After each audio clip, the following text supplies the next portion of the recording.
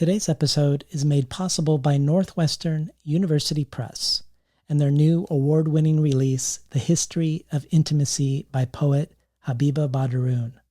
The History of Intimacy is a tender, tangled account of the heady days in South Africa following Nelson Mandela's release from prison. This award-winning poetry collection portrays the innovative forms of music, kinship, and even self in, quote, the new, intricate country we understood was impossible. Listeners receive a 20% discount on The History of Intimacy or any other title with promo code POD20. This offer is available at nupress.northwestern.edu. Today's episode is also brought to you by award-winning poet Morgan Parker's Other People's Comfort Keeps Me Up at Night, which Tracy K. Smith calls hilarious and hard-hitting. Featuring an introduction from Danez Smith, this new edition of Parker's debut collection of poems demonstrates why she's become one of the most beloved writers working today. Her command of language is on full display as she bobs and weaves between humor and pathos, grief and anxiety, Gwendolyn Brooks and Jay-Z, the New York School, and reality television. Says Eileen Miles, there are piles of masterpieces here. Other People's Comfort Keeps Me Up at Night is out on July 13th from Tin House and available for pre-order now. Today's conversation with Arthur Z about his career-spanning collection, The Glass Constellation, is rightfully one that ranges widely, from quarks and quantum entanglement to mushrooms and lichen, from the poetic image in Chinese and Japanese poetry to various techniques from divination to translation as a means of breaking out of one's own established comfort zone into new ways of writing. I mention this because if you subscribe to the bonus audio, I encourage you to listen to Arthur's contribution after the main conversation, because Arthur has used the act of translating Chinese poetry in a really fascinating way. In 4 different periods during his 50 years of writing poetry, when he felt like he wanted to break out of the way he wrote, but didn't know how, he would choose a different group of Chinese poets to translate, to inhabit the imaginations and syntax of these poets as a way to usher in a new era within his own writing. We talk about this at length in the main conversation, but in the bonus audio archive, he chooses 5 of these translations, 2 from Tang Dynasty poets, 1 from a Chinese modernist poet, and 2 from contemporary Chinese poets to read for us. And what's remarkable about listening to him take us on this chronological journey through these translations is that you can feel the echo of his own journey as a poet, the ways he has changed through time with his own writing as he moves from one era of Chinese poetry translation to the next. As many of you know, the bonus audio is only one of many potential things you can get by becoming a listener supporter of the show. There are collectibles from Forrest Gander, Ursula K. Le Guin, Nikki Finney, and Ricky Ducournay. There's becoming a Tin House early reader, receiving books months before they're available to the general public, and many other things. And there's also the sense of community, brainstorming new guests to invite together and getting the emails with references and resources with each episode. These are all meant to entice people to consider becoming a listener supporter. But I also hope the conversations themselves, whether they've helped your own artistic practice or simply been moving or thought-provoking, might also in and of themselves make you pause and consider supporting this quixotic endeavor. As longtime listeners know, I closed my job of 22 years back in October because of the pandemic and leapt into this full time, hoping to be caught by you as I made a leap into an uncertain future. And I have been, and it feels miraculous, honestly. And thinking of today's conversation with Arthur Z, about both quantum entanglement and the entanglement of subterranean mycelial networks that allow all sorts of communication and sharing, I think of all the ways we are now entangled. I'm here because of you. I'm literally here because of you. Back then, when this all happened in October, between 1 and 2% of listeners were supporters. Now it is between 3 and 4. Can you join us and help support Between the Covers? Get to 5%.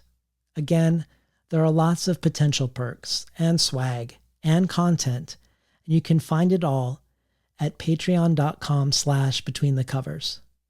And there's also today's conversation with the remarkable Arthur Z.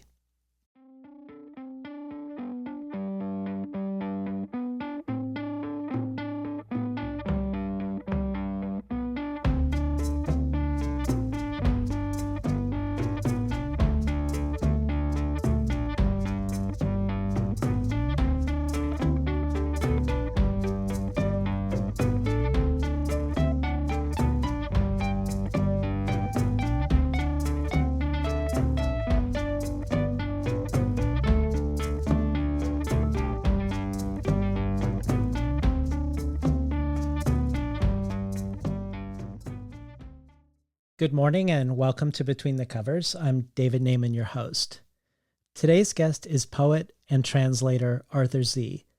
Z was an undergraduate student at MIT, pursuing a career in the sciences, but after taking a poetry workshop with Denise Levertov, he ultimately transferred to UC Berkeley, where he studied poetry, classical Chinese, and started translating classical Chinese poetry. For most of his adult life, however, Arthur Z has lived in New Mexico, where he was the first poet laureate of Santa Fe. Arthur Z is also professor emeritus at the Institute of American Indian Arts, where he taught for nearly a quarter century, and where he was instrumental in the school's development of an undergraduate program in creative writing.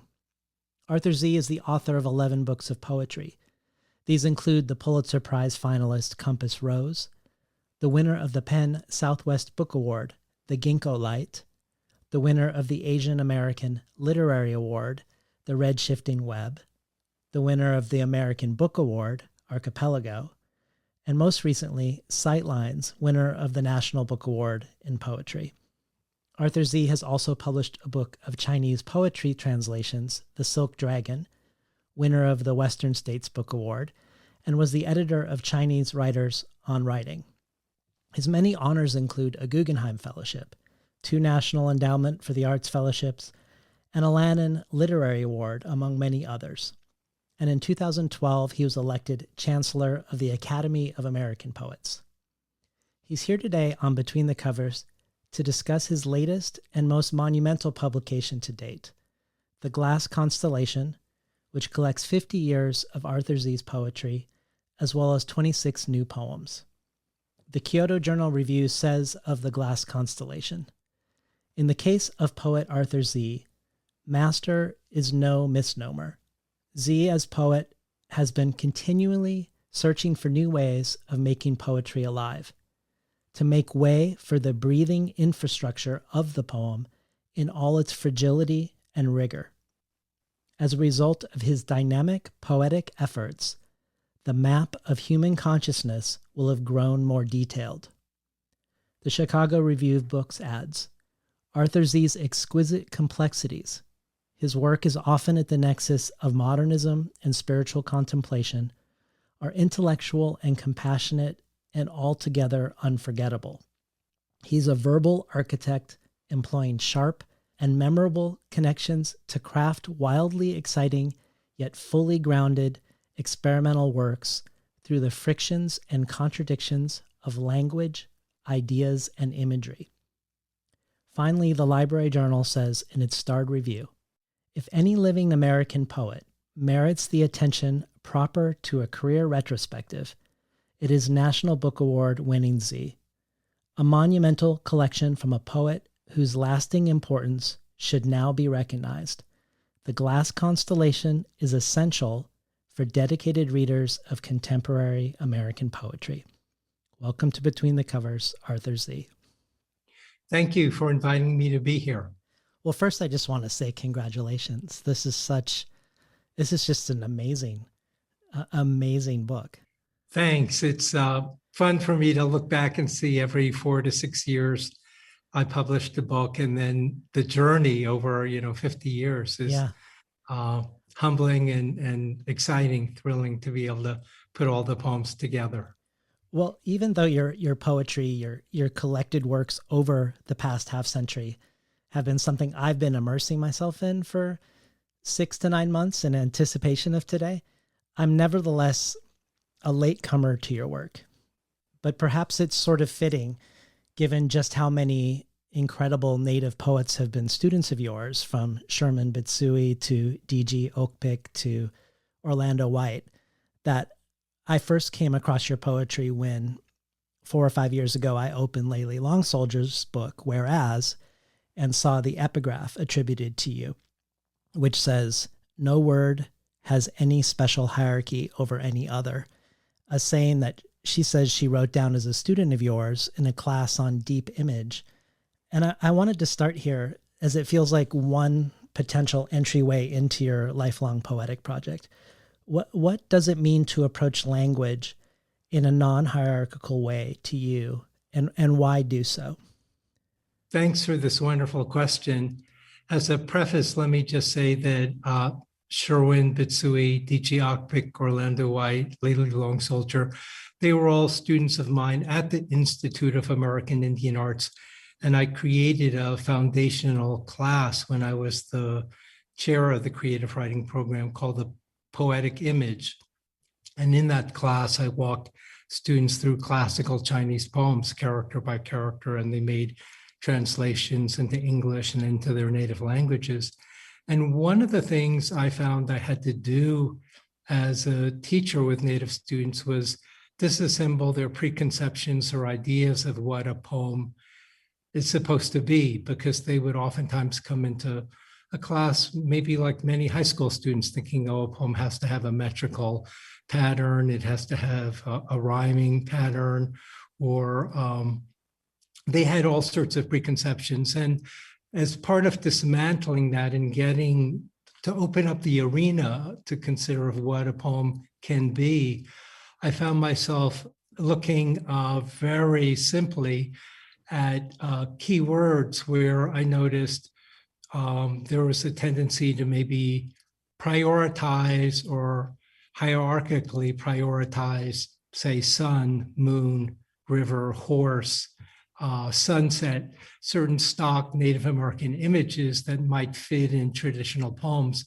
but were really pretty much cliches for, or stereotypes for Native American poetry today. And so one of the things I did was try and say, for instance, the word quark could be just as valid in a poem as moon, or the word as, something very innocuous, which has many different meanings, or the word set, which has the most meanings of any word in the English language, that these words that are often overlooked could be just as powerful and could have effects just as poetic as the traditional sort of tropes out of nature.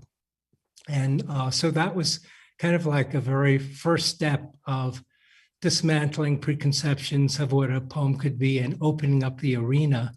And Layli told me she wrote it down in the poetic image class, that idea that one word is no more valuable than another was really important to her. And of course, she ran with that beautifully in her book, Whereas.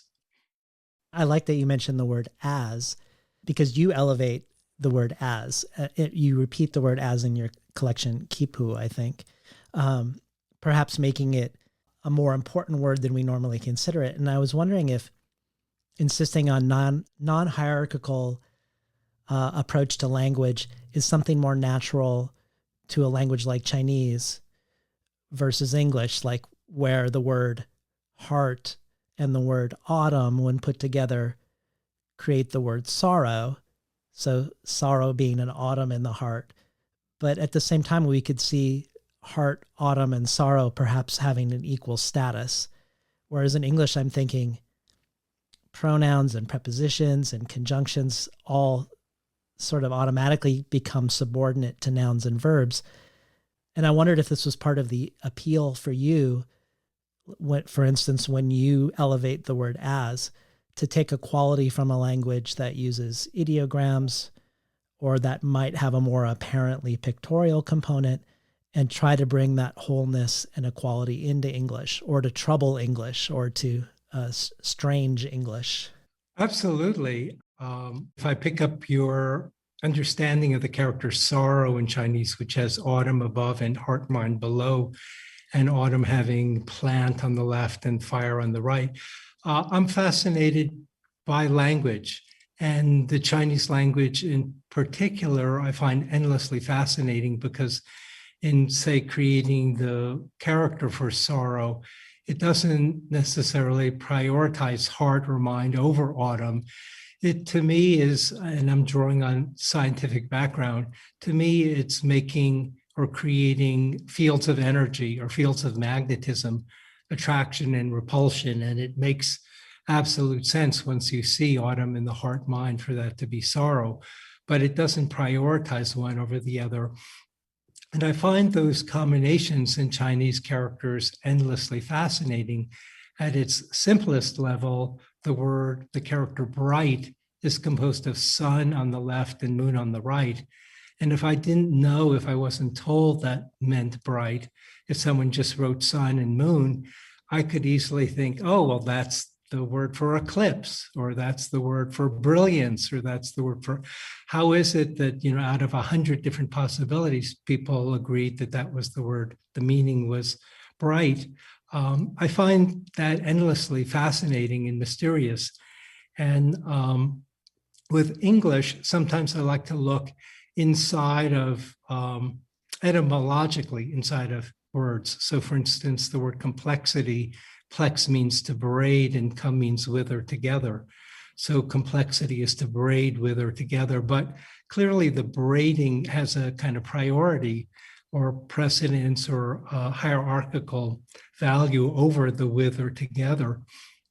And for me, the Chinese, one of the mysteries is the way the radicals work is, again, they're like fields of magnetic energy, and you can feel attraction and repulsion. And the repulsion, the tension, can be just as interesting and powerful as the attraction.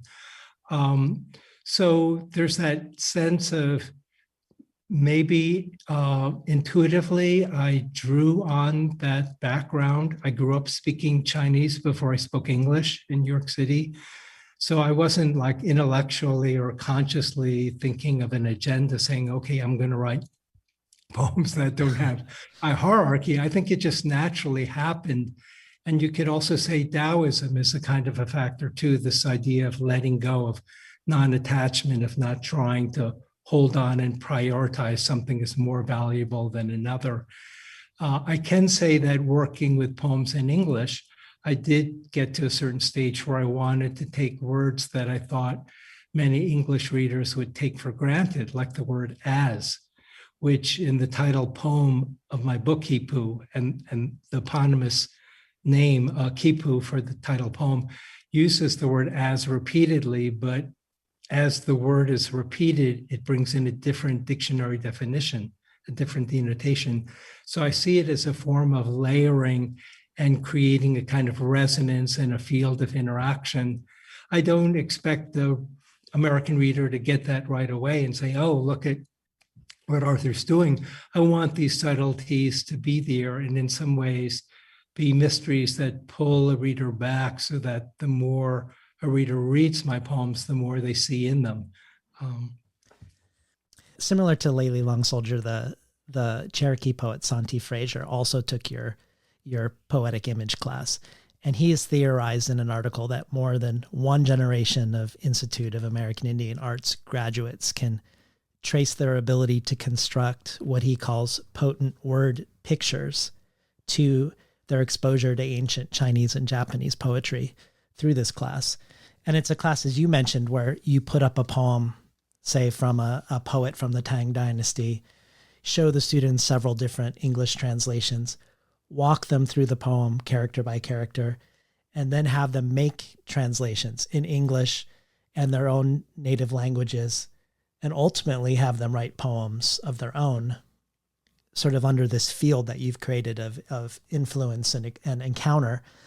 But I was wondering if when both Long Soldier and Frazier talk about this attention to image and how important it has been for the poetry graduates at IAI, if you could talk about image in and of itself, but also whether an attention to image is somehow related to this non-hierarchical approach also.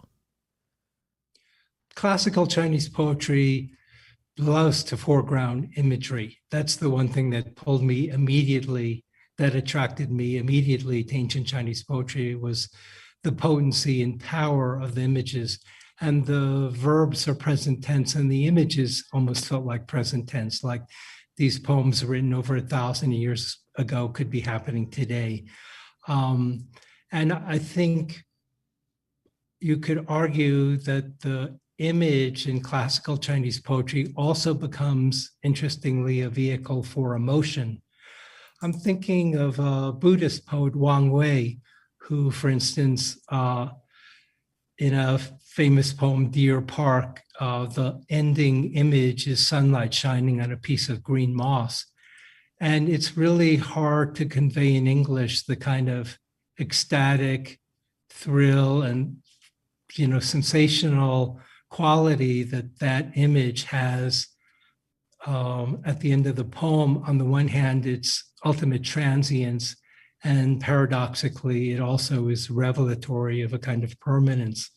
So I think that foregrounding of the poetic image, has been crucial for my own poetry and poetics, but it's part of the key to the vitality of ancient Chinese poetry, that immediacy, the power of making someone really slow down and look carefully and see, and that kind of revelation of attention when everything is sort of focused and concentrated.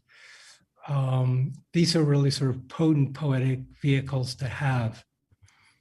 Well, you've said in one interview that if you're unsure what to do next as a poet, it is great to translate someone else's work, that to step into another imaginative world helps you figure out a next move. And the way you walked your students through, in your poetic image class, through multiple translations and ultimately having them arrive at their own poem, seems in a way as a gesture to mimic your own journey.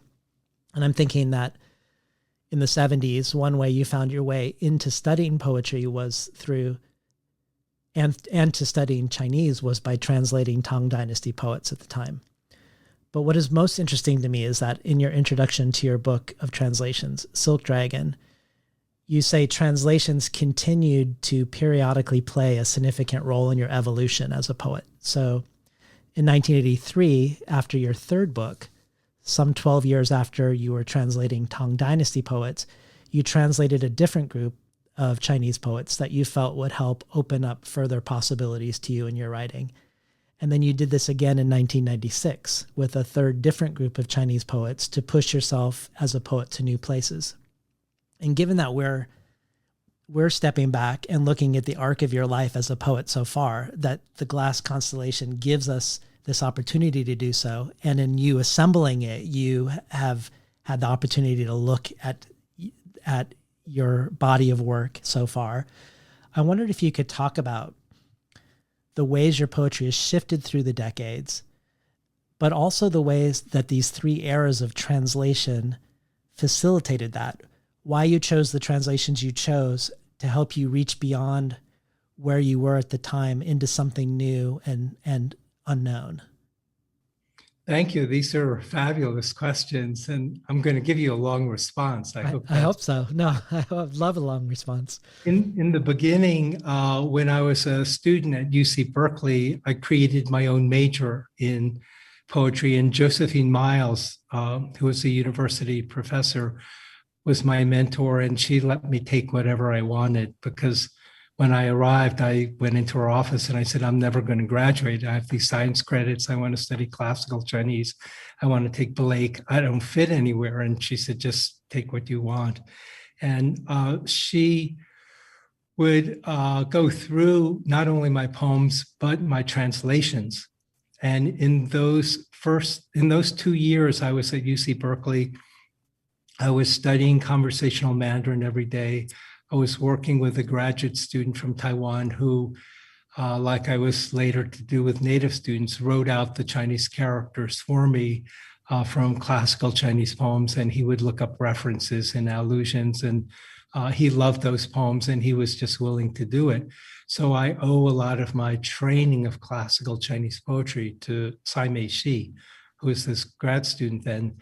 And in that first stage, I was consciously looking at the Tang Dynasty masters, Li Bai, Du Fu, Wang Wei, and I was consciously writing out the characters to each of their poems, character by character, stroke by stroke, to try and step inside of the imaginative mind that was creating them, so that as I was writing the characters in my own awkward handwriting, it was a way for me to personalize the language, but also to think about, oh, how did this character come next and why this one? And so to me, it was really foundational for my own early development in my own poems in English. And if you look at the Glass Constellation, in the first book, there's a poem named Li Bai, and in the second book, there's a poem named Wang Wei.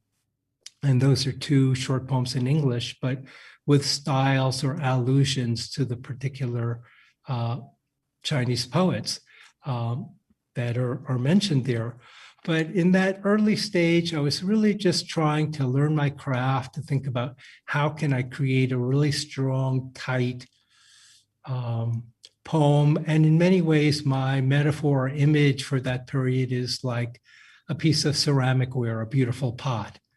When I was at UC Berkeley in the 70 to 72, there was this image of the well-wrought urn, that a poem could be like this beautiful artifact, a beautiful pot that had been fired and came out of the kiln. And that was helpful for me for my first couple of books. And after my third book, Dazzled, I started to feel constrained by that conception of a poem, that it was something intense, well-made, but say written within 15 or 20 lines and complete in itself. And I started to sort of chafe and work against those kinds of restrictions. And that included vocabulary, which is, to come back to Layli, using every word in the English language, because Tang Dynasty poetry uses or relies on moonlight, wine, river, plum blossoms, peach blossoms, birds endlessly, and it can become suffocating and extremely restricting. So I like to say then at the second stage, if I'm going to delineate stages of my journey, I had to break that urn apart. I had to throw it down and smash it. And I love to tell this story out of Japanese tea ceremony. I don't know if there's time to do that. But in Japanese tea ceremony, Senno Rikyu, who is a coalescer of all the aesthetics of tea, supposedly goes into a village, and a merchant who spent a fortune to buy this tea bowl to impress Rikyu invites him, and at the end asks Rikyu, well, how did you enjoy it? And Rikyu says, oh, it's okay. And he puts the bowl back on the shelf and leaves. And the merchant is furious. He's spent a fortune buying this bowl to impress Rikyu, who he wanted to say, oh, you have such fantastic aesthetic taste, or, you're so cultivated. And in the legend, the merchant throws the tea bowl down on the ground, and it breaks apart. And a servant comes and glues the shards back together. And years later, Rikyu comes to the village and he sees this disheveled, irregular bowl. And he picks it off the shelf and he says, this is the best tea bowl I've ever seen. Who made it? And I love that story because when I think about it, well, there's the original potter who makes the tea bowl. There's the merchant who, in a fit of anger, smashes it. That's part of the remaking. there's the servant, so there's the whole class issue, who is like horrified and glues back as best he can the shards. And ultimately, there's also Rikyū, because he picks it off the shelf and says, this is the kind of bowl I most value. And that tea story is important to me because in many ways, starting with River River, and particularly with my fifth book, Archipelago, I was taking my conception of the well-made poem and really breaking it apart. And for me, the sensation of emotion, of allowing more emotion into the poem, of bringing more of the world into the poem, of letting go, and that sense of losing control, of breaking something apart, and what happens. There's that element of chance, but I love that there's sort of emotion propelling the force, and maybe the force behind the language. So in my second stage, when I turned to translating Chinese poetry, I was consciously looking at poets who could help me write a different kind of a poem. And Winnie Daw, whose dates are 1899 to 1946, was really important to me. He was a Chinese modernist who knew the classical tradition, but who shattered it, who wrote a poem called Dead Water, which is taken as an image of China in the 1920s, which is full of turmoil, warfare, colonial, oppression, all sorts of really difficult times. And Winnie Daw is creating his own forms. He created a 9-character line where the silence, the caesura, shifts inside of the line, unlike classical Chinese, where the silences are regulated and predetermined. When I translated Winnie Daw, I was so excited to think about how he was taking traditional Chinese form and breaking it apart or remaking it, basically saying that may have been fine for 700 Common Era, but it's not adequate, it's not sufficient, it can't meet the needs for the challenges of today. And translating Winnie Daw, some of his poems are quite long, like Miracle. It really opened things up for me and made me think a lot more about voice and about fragmentation and emotional pressure behind the language. And you can see that in Archipelago. And then in my third stage of translation, I came back to what are called the Hermetic Tang poets, Li He and Li Shangyin. Li He is, some people think of him as a surrealist before his time. He supposedly had to ride a horse or a donkey every morning, and then phrases of poems would come to him on horseback or donkey back, and he would write the phrases in ink, and throw them into a saddlebag, and he would go home and look at the phrases and then piece them together into a poem. That's sort of his legendary story. I love that. And Li Shangyin, on the other hand, wrote these very veiled love poems, but full of nuance and innuendo, and particularly, maybe difficult, but and with the issue of difficulty, I like to say, I'm not writing poems to be difficult. I'm writing the poems I feel that I need to write. And I feel that's the case with Li Shangyin. He's not writing to be difficult, but he's writing out of this intense yearning, and he's finding that the veiled kind of language he uses is what most satisfies that impulse. So when I translated those two poets, and also Bada Shanren, I wanted to do some poets I thought a lot of Americans wouldn't know. He's better known as a painter, and he stopped speaking for like 13 years, and he only painted and wrote poetry, and he wrote the poems in his paintings, so they have a kind of ekphrastic quality.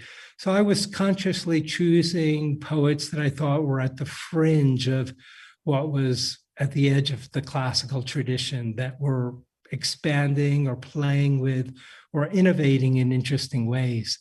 And that continued to feed me, through my next set of books, really, the Ginkgo Light, Compass Rose, Sightlines. And I would add there's actually a fourth phase of Chinese translation, which you didn't mention, which I was just thinking about, because starting in 2005 7, I started to go to Taiwan, Hong Kong, and China for international poetry festivals. And as part of those festivals, the poets would get together, and as part of cultural exchange, we would translate each other's poetry. So, for instance, Shi Chuan, whose English is really, really good, translated 4 of my poems into Chinese. And I remember working on one poem of his with a dictionary and asking him questions. And but I was very happy with the prose poem that I translated of his. But I have about a dozen translations of contemporary poets from China, Hong Kong, Taiwan, and Yang Lian, who left China and lives in Berlin, Germany now. And that set of translations, I'm not sure what the influence is doing those on me. They're very modern. Chinese is a whole different language from classical Chinese, but Sichuan's prose poems, Yang Lian's drawing on the tradition and transforming it, I think they do have an influence on my most recent work as well. I love listening to you describe this interplay between translation and your own poetry over the course of decades. It's just amazing. But before we talk further, this seems like a good place to hear some poetry too. And I picked out 4 poems, 2 early poems and 2 early middle poems. The Taoist Painter and Juniper Fires, okay. And then Parallax and the Unnameable River. Sure. Very different poems. If you're okay with me choosing. Oh, I love that. So often poets will go on like a reading tour or whatever, and I find, they're reading the same poems again and again and again. This is a lot of fun for me because I feel like you're delving in and choosing ones that I might not choose. So let me start with the Taoist Painter. He begins with charcoal and outlines the yellow fringes of the trees. Then he rubs in the stumps, black and brown, with an uneasy motion of his thumbs. Unlike trees in the north, he says, I have the option of season. And he paints the leaves in the upswing of the wind and the swans craning their necks. But the sunlight moving in patches obscures and clarifies his view. When he walks off in silence, we look at his painting and stand astonished to see how in chiaroscuro the leaves drift to their death. And then here is Juniper Fires.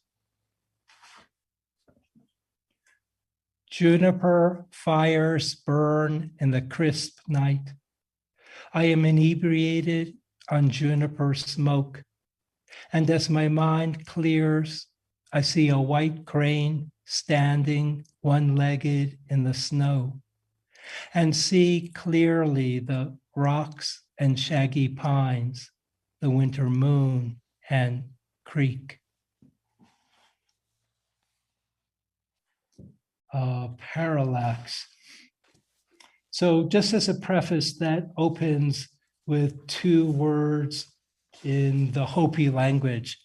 I think it was Auden who said, a poet is above all else passionate about language. And I love sort of learning words or phrases from other languages. And it helps me also reflect on what English does or doesn't do. And so Kwa Kwa and Askwali is the poem will reveal a male and female way of saying thank you. Parallax. Kwa Kwa, Askwali. The shift in Hopi when a man or woman says thank you becomes a form of parallax. A man travels from Mindanao to Kyushu and says his inner geography is enlarged by each new place. Is it? Might we not grow more by staring for 24 hours at a single pine needle?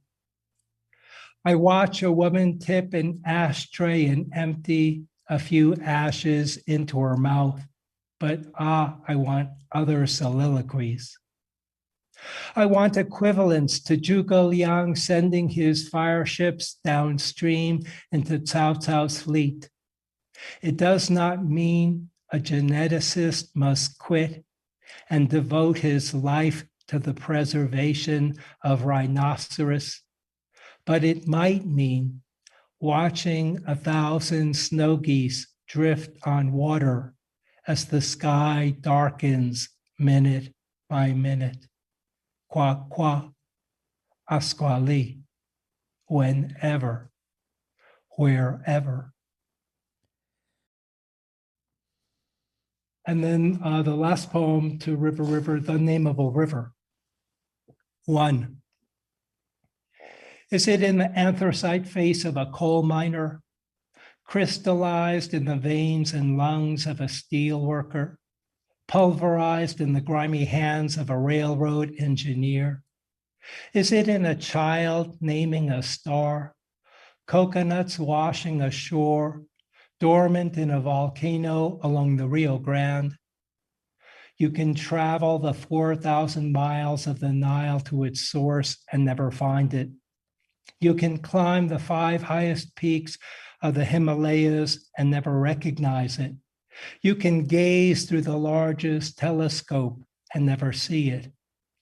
But it's in the capillaries of your lungs. It's in the space as you slice open a lemon. It's in a corpse burning on the Ganges, in rain splashing on banana leaves. Perhaps you have to know you are about to die to hunger for it. Perhaps you have to go alone into the jungle armed with a spear to truly see it. Perhaps you have to have pneumonia to sense its crush. But it's also in the scissor hands of a clock. It's in the precessing motion of a top when a torque makes the axis of rotation describe a cone, and the cone spinning on a point gathers past, present, future. 2. In a crude theory of perception, the apple you see is supposed to be a copy of the actual apple. But who can step out of his body to compare the two? Who can step out of his life and feel the Milky Way flow out of his hands? An unpicked apple dies on a branch. That is all we know of it. It turns black and hard, a corpse on the Ganges. Then go ahead and map out 3,000 miles of the Yangtze. Walk each inch, feel its surge and flow as you feel the surge and flow in your own body. And the spinning cone of a precessing top is a form of existence that gathers and spins death and life into one. It is in the duration of words, but beyond words. River, river, river, river, river. The coal miner may not know he has it. The steel worker may not know he has it. The railroad engineer may not know he has it, but it is there. It is in the smell of an avocado blossom and in the true passion of a kiss. We've been listening to Arthur Z. read from The Glass Constellation, new and collected poems from Copper Canyon Press. That last poem gives me goosebumps. I want to take a line from it. I want to take a line from The Unnameable River where you say, who can step out of his body to compare the two? Who can step out of his life and feel the Milky Way flow out of his hands? And I wanted to take that as a segue into questions about the self in relationship to poetry. Because your poems, even when they have an I and a you in them, often also have a feeling of having a bird's eye view or a God's eye view. For me, it feels like there's a decentering of the self or of a certain aspect of the self or the placing of the self in a much smaller way within a larger cosmos. And I'm thinking of the first chapter of Ursula Le Guin's idiosyncratic translation of the Tao Te Ching that goes, "So the unwanting soul sees what's hidden, and the ever-wanting soul sees only what it wants." And I was hoping you could talk to us about how you see yourself orienting to selfhood, both as a poet when creating poetry, but also the self within the poem itself. Thanks. This is an endlessly challenging and rewarding, ultimately, task. I think I'm not sure I can give you a very good answer, but I will try. And I would like to start with the idea of Chinese landscape painting, where the sense of a self is very small. For me, when I was starting to write, 1968, 1970, the confessional school was very big, Robert Lowell, Anne Sexton, Sylvia Plath, and there seemed to be so much mining of the self. And to me, it felt melodramatic, maybe a bit overwhelming, intense, certainly, and powerful, certainly, but ultimately also a bit tedious. I felt like there was a lot of wallowing of the self. And frankly, just, growing up as a Chinese American in New York City, with the sort of Chinese culture in my background, I see, a landscape painting where there are gigantic mountains and these waterfalls. And way in the corner, if you look really carefully, there's the little path and a tiny microscopic man, basically like approaching a bridge. There's a sense of man being very small in the large scale of things. So I think, carry that sense, that Asian sense of a self being small in a landscape. For me, Wang Wei often dissolves the self into a landscape, and that interests me. But there's this idea that the self is, part of this larger cosmos, but isn't necessarily the main sort of primary focus. And but working and writing in English over time, I feel like my sense of self, the I in the poem, has gotten more relaxed and more varied, and it's looser. And I think in my earlier poems, the I is more like, I think Dana Levin said it was more like an eye looking like a camera lens or something, looking out at the world. She didn't have the sense of this, what she calls a spotlit singer, being the center of the drama of the poem. I like to use an I and locate the I, but I also think the I is not coherent or uniform. Like if we look inside of ourselves, we see so many different aspects to who we are from one day to another, or even within an hour. The self is complex. And I feel like, maybe in that one of the self, there are many parts or many aspects of oneself. And so the using of the I can become decentering when that sense of self is becomes less certain, less defined. And sometimes when I use a you in a poem, the you can be like, it could be a reader, it could be another person, but sometimes I also feel like I'm engaging with an aspect of myself, like the you becomes a form of self-interrogation, like, you see, and what happens if it's I see versus the you see, but the you is actually an aspect of oneself. So I feel like psychologically it gets very nebulous. And here's where I say I don't necessarily have a very good answer, but I think I'm interested in tracking an I that is mutable, that isn't sort of one, unity that is unchanging. There's a sense maybe in a Walt Whitman poem where that I is like very strong and all-seeing and unified. And maybe it's also the way our world is today. We face so many different kinds of challenges internally and externally that sense, I think it's very hard to have that sense of a unified self today. And there's more of a sense of an I that's in tension with itself, or aspects in tension with itself. And so in using the I, it's kind of like the way I was saying you could use the word as, and each time you use it, it brings in a different meaning or different possibility.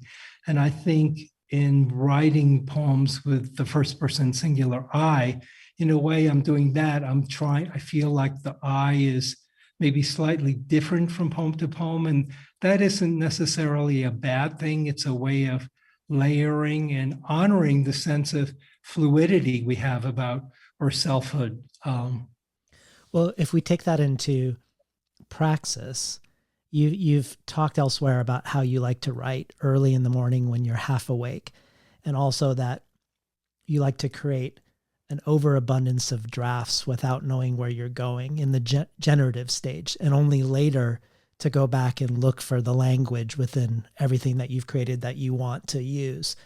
Are these techniques of putting to the side the more controlling aspects of self, say an ego that wants to organize or disappear the other aspects of self, by being half awake and producing beyond your controlling mind?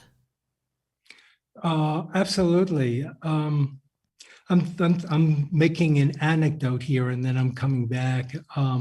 There's a really well-known calligrapher in the Bay Area, Kazuaki Tanahashi, who he probably wouldn't even remember me. We had dinner once in Santa Fe, but it was an extremely important dinner for me because he actually got out his brush and paper, and we did such things that I've never done before, like two-minded calligraphy, where two people hold the same brush and try and create the same stroke.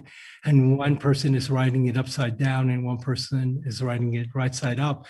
And, when I held that brush and I started to move, he wouldn't let me move. And it was sort of like, oh, wait a minute, what's going on?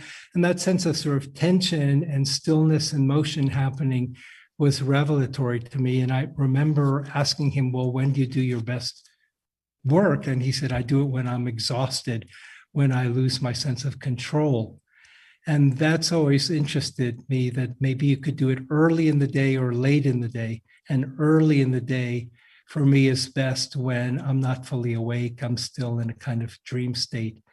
And absolutely, I mean, on the one hand, as a poet, I am shaping the language. I am ultimately going to choose what words in what order syntactically are going to string together to create the poem.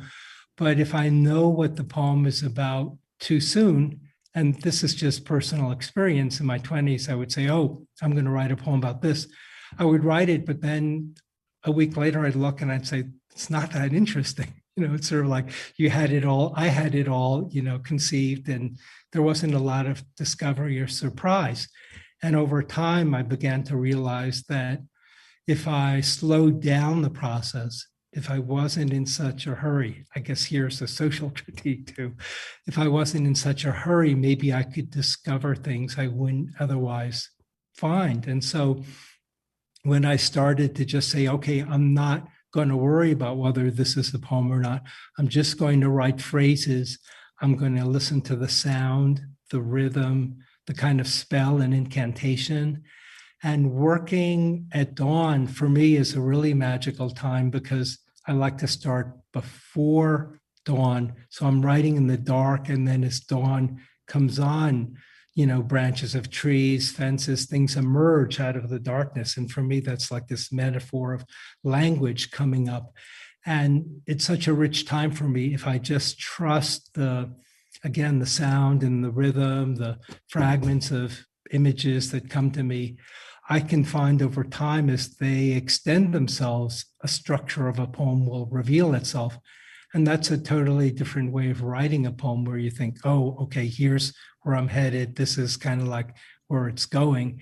And you learn to sort of like stop and think. It's kind of like that tension with Kazuaki, sort of maybe the unconscious holding you back, saying, wait a minute, don't be in such a quick state of mind to write that character. I'm going to make you, struggle a little bit here to even get that first stroke on the page. That was kind of thrilling for me to experience. And I'm transferring it to my poetic process, that sense of, gestating a little more, of being comfortable with just sitting there in the darkness for a while and not having any words come out and not knowing what's going to happen. those are really rich times for discovery for me. But ultimately, there is that kind of tension between sort of playing with the language and the musicality, and then thinking about what is the structure, is there a poem here? And ultimately, I have to feel like there's some kind of inner necessity that is pushing the language into its shape. I don't want the poem to ever feel like, oh, well, this is just contrived or this is just thought out and preconceived. I want the poem to really have, in subtle ways, a kind of enactment of discovery, like with the parallax poem. I think I knew I was fascinated by those two words, the male and female thank you, but I didn't know where it was going to go or that it would circle back. But I had the opening, and then I had to go very slowly and allow a big mess to happen for me to discover all the things that could happen in the world, and for the poem to then come back and say thank you. Well, I'm glad also that you mentioned Dana Levin's writing about you, because it's one of my favorite pieces of deep thought on your work, the essay that she wrote in Agni about the ginkgo light. And I'm just going to read a couple things because I think it also highlights in a different way some of the things you've already said, but also I just want to hear your thoughts on the parts that I pulled out. So she says, being the natural child of Sylvia Plath and William Blake, with an incurable weakness for on-page dramatics, I was not a natural reader for the work of Arthur Z as I first encountered it in the mid-1990s. I was attracted to arias. There seemed to be no spotlit singer in Z's poems, certainly not the operatic kind, singing out of passion. The I of an Arthur Z poem was most often an I, E-Y-E. Poems I read felt nearly documentary in nature. And then she continues speaking now about the time right after 9/11. And she says, most people were in death shock, stunned by threat. As I listened to Arthur read Earthshine, I realized the crucial gift his poems offered, immersion, in the, quote, shit smear, hair sway, leaf gold ooze of endlessly proliferating life.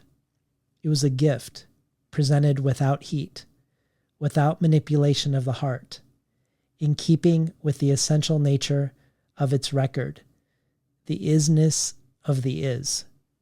This is a motto of dispassion that in the face of destruction becomes heartbreaking, even heroic. Z stood at the lectern in the public library and invoked particulars against the debris. Do you see yourself in this description of you? Is this a moment of another artist seeing or illuminating something, either that you didn't know about your effect or something you were aspiring toward as a poet? I think Dana's response and reading of my work caught me by surprise, but in nice ways, I think. As I said, I never thought of mining the self or making the self the kind of spotlit singer that felt somehow melodramatic or too egotistical to me, maybe coming again from an Asian background. And I think one of the things I developed to extend that sense of self or create a different kind of an operatic quality is actually through poetic sequences, through sections of poems where there might be an I, a you, a he, there are different characters, different people that come and go. And then this multiplicity, and ultimately, I guess I would hope that the sequence becomes a kind of a mini opera, but not necessarily of the self, maybe more an opera of life itself. And I remember Dana coming to the reading at the public library, and she came up to me afterwards, and she did seem kind of like she had seen my work in a way she hadn't previously recognized before. And that sense of invoking particulars against the destruction, I wouldn't have articulated that way, but I feel like it's apropos there's a sense of my wanting to be very sharp and clear and descriptive and precise. And in that precision, it's working against the kind of chaos and destruction happening around us. And to me, it also says something about the commitment and value of poetry, that we commit to, words having meaning, having this kind of clarity and intensity. So it came by surprise. But once she said it, I felt like, oh, I can see how I myself wouldn't have articulated my work in that way, but I was grateful that she saw it in that context. Well, to connect back to the words that so intrigued Layli Long Soldier, Dana Levin says something similar, not about words not being above or below each other, but about experience. She says, Z sacrifices no depth of feeling in emphasizing what I can only say is an equalizing view of human experience. In the Ginkgo light, poems display no hierarchies, no valuations of better than, worse than. And I wondered about, in light of this, if you could talk about the title of your collected works, both what the Glass Constellation is referring to and why you chose it as why you chose it to represent your life's work to date, ultimately. Thank you. Let me start with the title, The Glass Constellation, which comes out of, it's my image out of ancient Hindu philosophy, which is called Indra's net, which is this idea that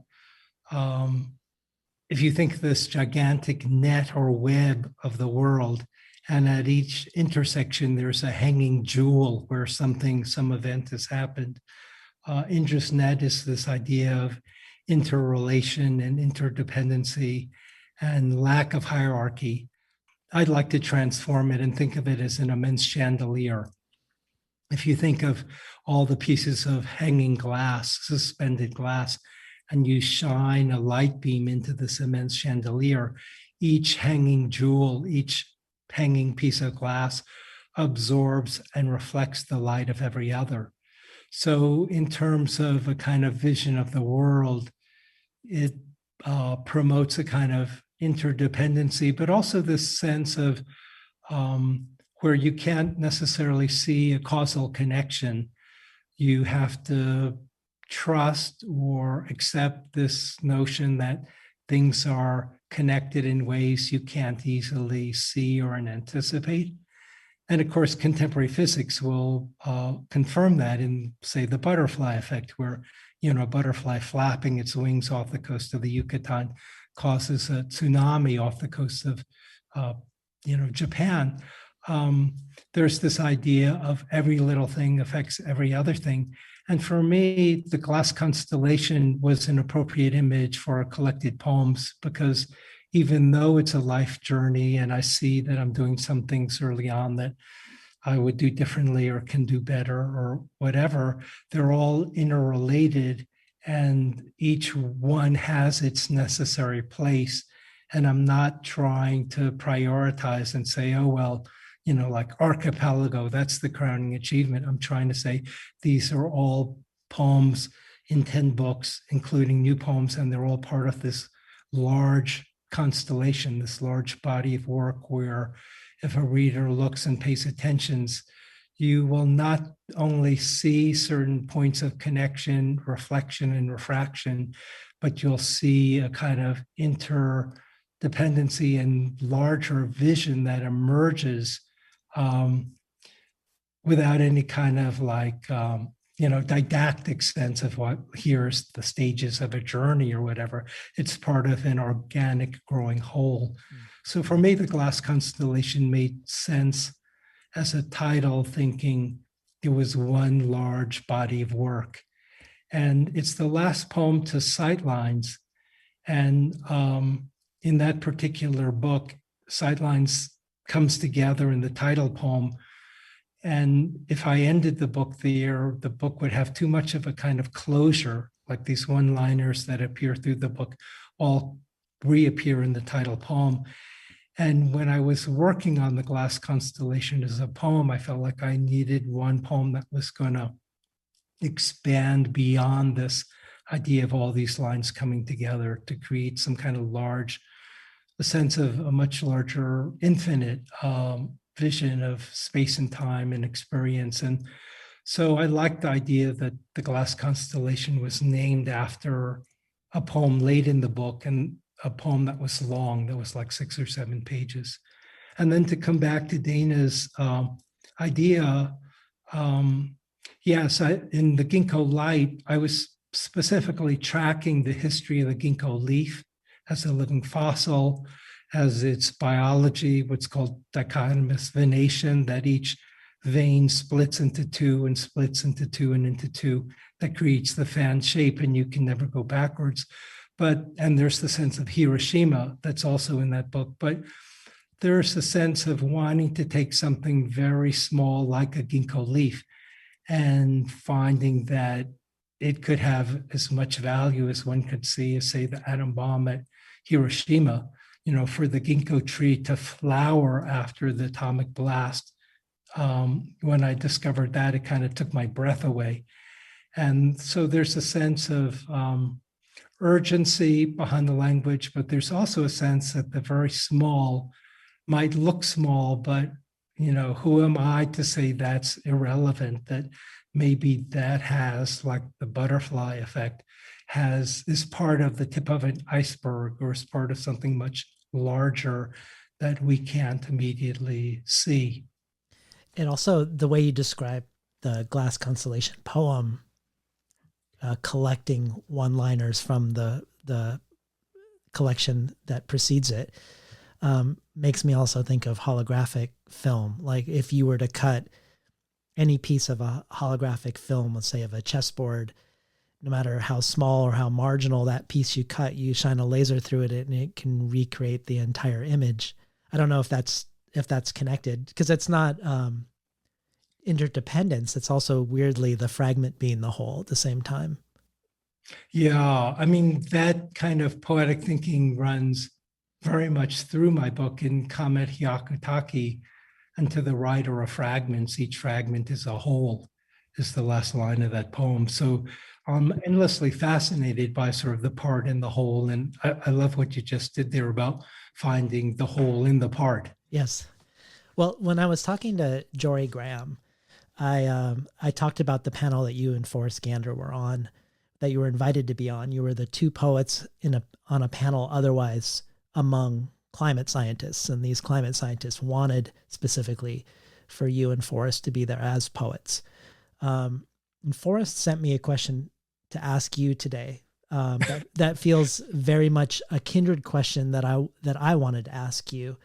I think they complement each other well, so I'm going to ask both of our questions together as an sort of omnibus question. So for me, I noticed that climate change is not usually a head-on explicit topic in your poetry, but I wonder if you consider this Glass Constellation model, where not only is the human not placed at the center of the cosmos, or by extension at the center of your poems, but where your poems create space for otherness to be active in them, other scales of time, other vantage points, and your poems do this without necessarily justifying the presence of the non-human by making it quote unquote meaningful to us.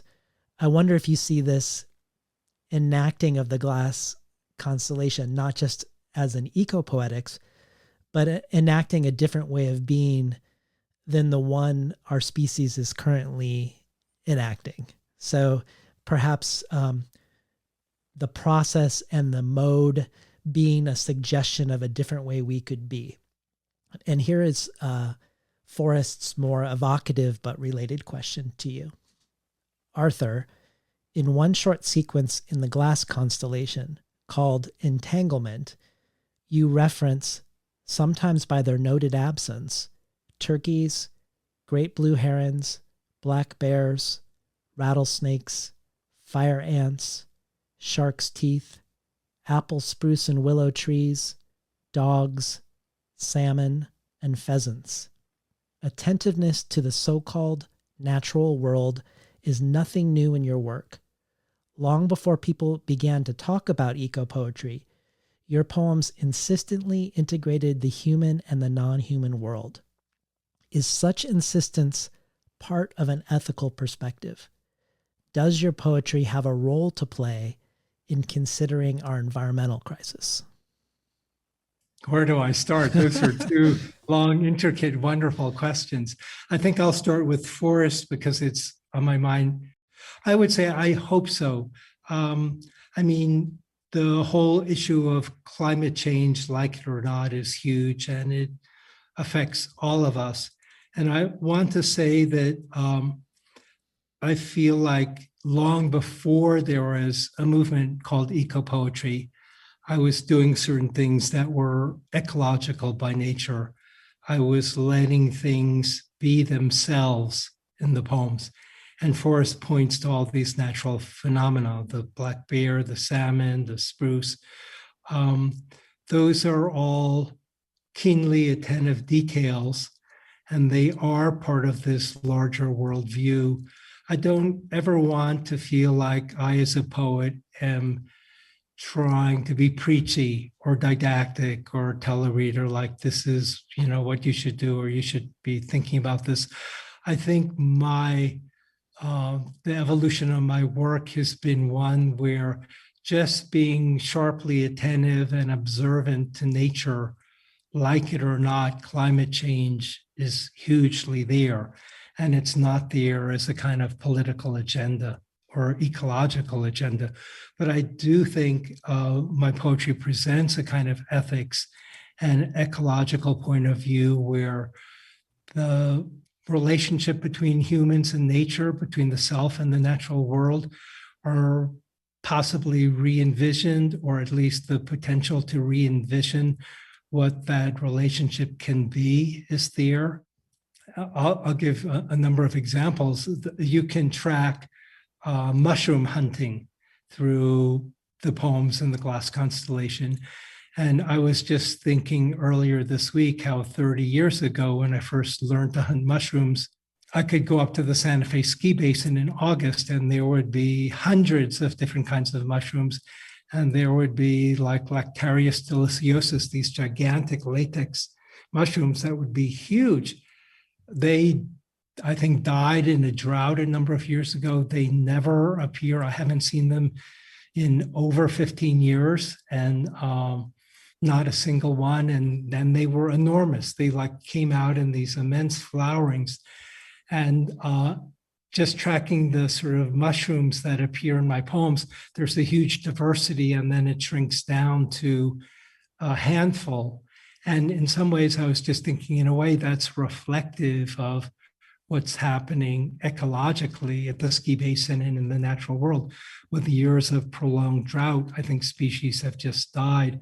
But I'm not trying to foreground it or make it, a polemical thing. In the String Diamond, there's a catalog of endangered species, and they're just listed by name without any commentary. And I wanted just the sound and the articulation of that to be effective as a kind of litany of loss or potential loss. And I'll connect it to the human world now. In the Ginkgo Light, there's a poem at the center called Spectral Line. And at the Institute of American Indian Arts, I didn't write about the Institute when I taught there for 22 years, but I tried to not write about any of the students because I felt like it was too close to home. But once I left, I felt like, okay, I've stepped out of it. I'm going to give myself permission to look back and write something about that. And section 5 is a long list of Native American tribes. And what I did was, when I first, in the early draft, I thought of Native students I had felt privileged and honored to work with and teach. And I wrote their names down. I wrote the names of 30 students. And then I thought, that's too particular, that's too personal. That's not, what am I going to do with that? And then I thought, at graduation at the Institute of American Indian Arts, they do a roll call where they name the tribe of each graduating student. And then I was like, that's it. If I substitute the names of the tribes for each individual student, a reader doesn't know that behind each tribe is an actual student. but there's a roll call of tribes, and those tribes are also endangered. Some of the pueblos in New Mexico have only 90 people left in the village. That's a roll call that is just as powerful as the endangered species roll call. So I see that sort of I'm working with the human and the natural in ways that endlessly, or to use the Glass Constellation, they're reflecting and refracting against each other. But I'm not trying to make any kind of polemical thing. In many ways, I'm trying to say, if you just pay attention and look at the natural world today, these things are happening, and like it or not, the effects of global warming, of climate change are here, like it or not, everywhere. And if you look carefully, you're going to find them. And I think with the use of white spaces that I'm using a lot in my recent poems, and in that sequence Forrest mentioned, entanglement, there's this idea of action at a distance in quantum physics, the idea that two things don't actually have to touch to affect each other, which is also back to Indra's net. And it was, I think Einstein called it spooky action at a distance. Yes. I love that. I do spooky, too. because it's kind of like, what's going on here? But I like that sense of bafflement. Yeah. I think that can be really rich and helpful. So I do feel like there is definitely a kind of ethics and ecological way of experiencing and being in the world that's at the heart of my work. But I feel like I evolved into it, and I feel like I did that before there was an eco-poetic movement. And I don't, my allegiance, certainly eco-poetry is important to me, but I see myself as a poet. And so that's a very important sort of arena that I'm working on. Yeah. Well, you sort of accidentally anticipated my next question, because when I was thinking of Forrest bringing up this poem, Entanglements, I was thinking about the recurring motifs in your work, and you have many: the sky and astronomy, physics and radiation, the land and landscape, native and Chinese cultures and cosmologies. But I don't think anything appears more frequently than mushrooms, which is what Entanglement made me think of, as if there were subterranean mycorrhizal connections from your poems decades ago connecting all the way through to your poems now. And it made me wonder if the reason mushrooms were ever present is simple, that you love mushrooms and you love to hunt for mushrooms, or if in a similar way to Forrest saying that long before there was a thing called eco-poetry, you were practicing it, that perhaps long before the current widespread engagement with the wonders of mushrooms, both by artists and scientists, with mushrooms now offering a new way of conceiving of identity and self, of interspecies cooperation and communication and interdependence, if you yourself were finding meaning and metaphor in mushrooms. And I wanted to know if entanglements, which is something used a lot in books written about mushrooms by mushroom scientists and foragers now, is that, do you see that like the Glass Constellation as another meaning-making framing of your poetry? I do, and I want to personalize it and say that, again, this sort of came very slowly over time. Years ago, my son picked up a mushroom on a lawn, and I was like, don't eat that. I didn't know anything about mushrooms. I was just like, the alarmed father saying, wait a minute, don't eat that. We don't know, you don't know what you have there. Right? You could die from it.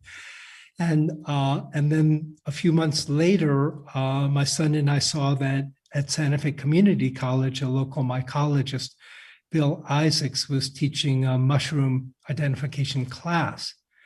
And I thought this would be great bonding for father and son. We'll go out and hunt mushrooms, and this will be fun. And, we could learn something. And my son loved the idea. He was really into it. And so we signed up, and every Saturday for like 8 weeks in the summer, we joined this group, and we would go out into the mountains of northern New Mexico and hunt for an hour, and we'd bring back everything we found, and we'd lay them out on park benches and tables, and Bill would say, oh, this is, you're going to die from this one. And he was the head of the New Mexico Poison Control. So it wasn't just learning the choice edibles, it was like learning this whole arena of new knowledge. And then it fascinated me to see sort of early, middle, and late stages of the mushroom.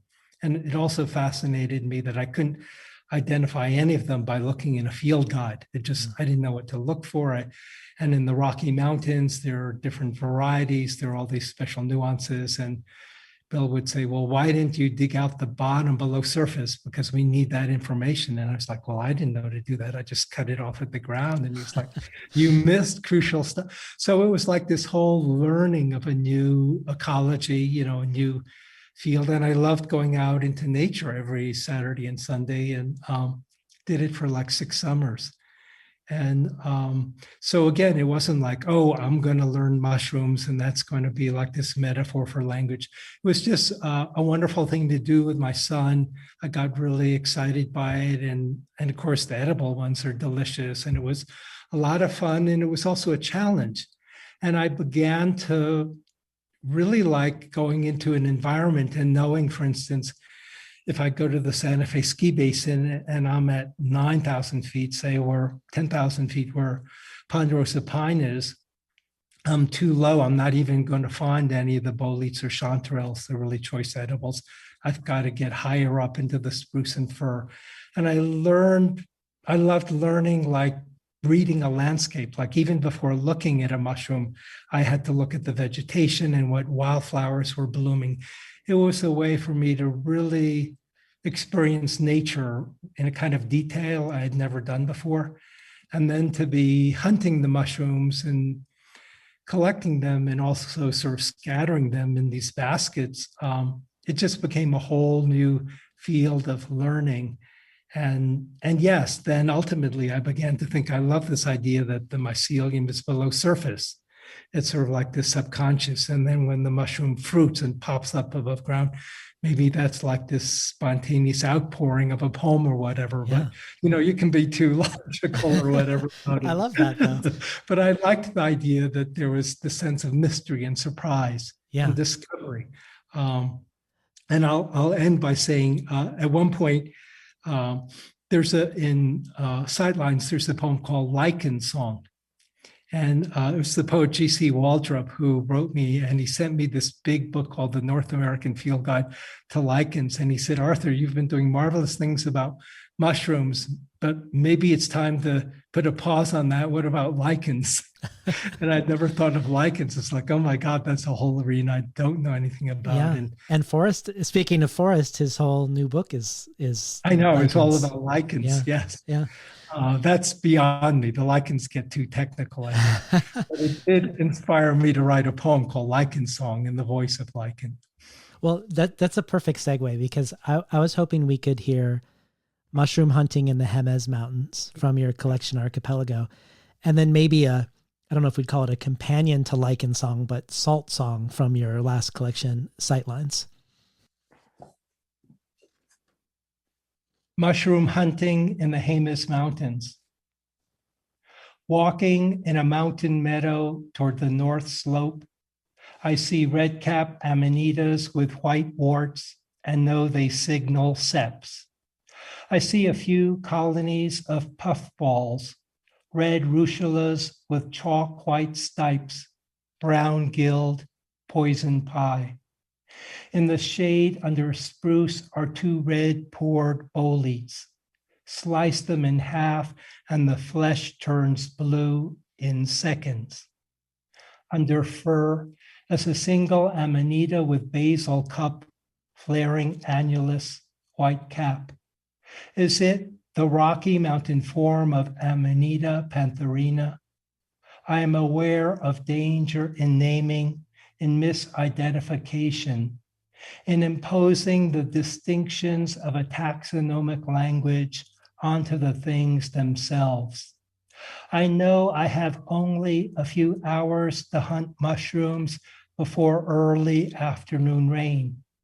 I know it is a mistake to think I am moving and that agarics are still. They are more transient than we acknowledge, more susceptible to full moon, to a single rain, to night air, to a moment of sunshine.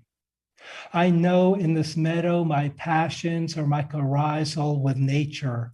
I may shout out ecstasies, aches, griefs, and hear them vanish in the white poured silence.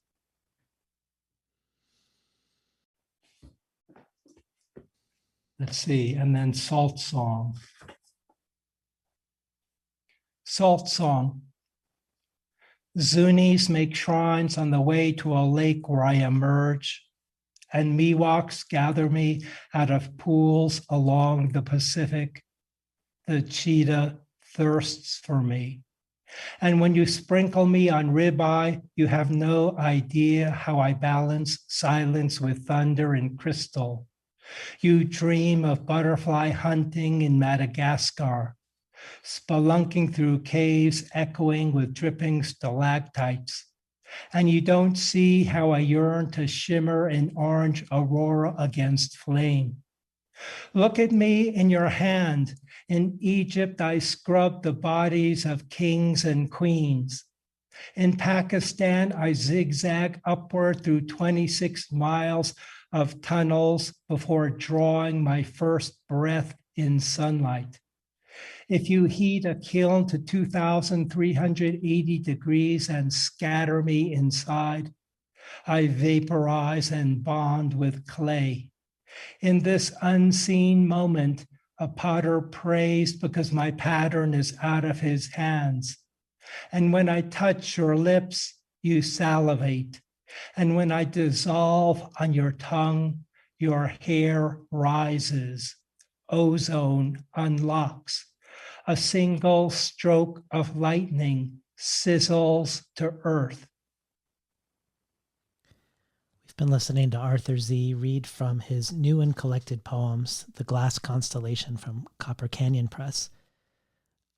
Part of why I wanted you to read Salt Song is because it's told from the perspective of salt, like Lichen Song is told from the perspective of lichen. But really the main reason I wanted to read it was because of Lucy Tapahanzo's response to it. Tapahanzo is the first poet laureate of Navajo Nation. And I first learned about her poetry through my conversation with the poet Jake Skeets. And your conversation with Tapahanzo about the Glass Constellation was probably my favorite one. And she loved this poem, Salt Song. She had you read it and talked about how it reminded her of a Diné ritual. The Diné belief that babies aren't considered to be fully in this world until they have laughed. When they laugh, there's a ceremony that involves putting salt in the baby's hand to welcome them to the world. And the whole conversation felt like an example to me of mushroom-like entanglement or the interdependence of Indra's net or the Glass Constellation, because none of what she describes is in the poem explicitly, but the poem seems to invite these hidden connections to be made. And then you then talked about how you wondered if this impulse of trying to speak from the voice of salt came from your Chinese heritage. But you also talked about the things you did and didn't use because they felt too human for a salt to be using in composing a poem. So like earlier when we were talking about for the poem that Forrest Gander pulled out, you said that you let the black bear be itself. But of course it's happening in human language, right? So what I'd be interested in knowing is if you could talk about how you tried to get out of the way of salt expressing itself, but also the way salt has to accommodate its human readership in human language. Salt is such a potent symbol, and I didn't know the story that Lucy told about how babies brought into the world in Diné culture need that salt to sort of, that's such a wonderful, powerful story and moment of recognition. I was thinking, I was aware of how Zuni and Hopi have these salt trails where they go and they collect salt, and it's this very sort of sacred journey. And I was thinking about how fundamental salt is. You know, we need it to live, for life to exist. And I think some of the things I wanted to avoid were references like, salting away something, or the way we might use that image in other ways. I wanted this very sort of archetypal, deep sort of sense of journey that the salt was speaking out of this ancient voice and coming forward and talking to a person, to a human being, saying, I'm just not the salt in the salt shaker that you sort of throw on ribeye steak or something. I want you to really see who I am, what I am, where I come from, and what is happening when you take salt into your body and we are joined. And so for me, there was an element of sort of mythic power that was my primary focus, and I wanted to exclude what I saw as sort of more maybe peripheral or tangential or superficial ways of looking at salt. Did you feel like punctuation, which is notably absent, did you feel like punctuation would have been too much of a human intervention?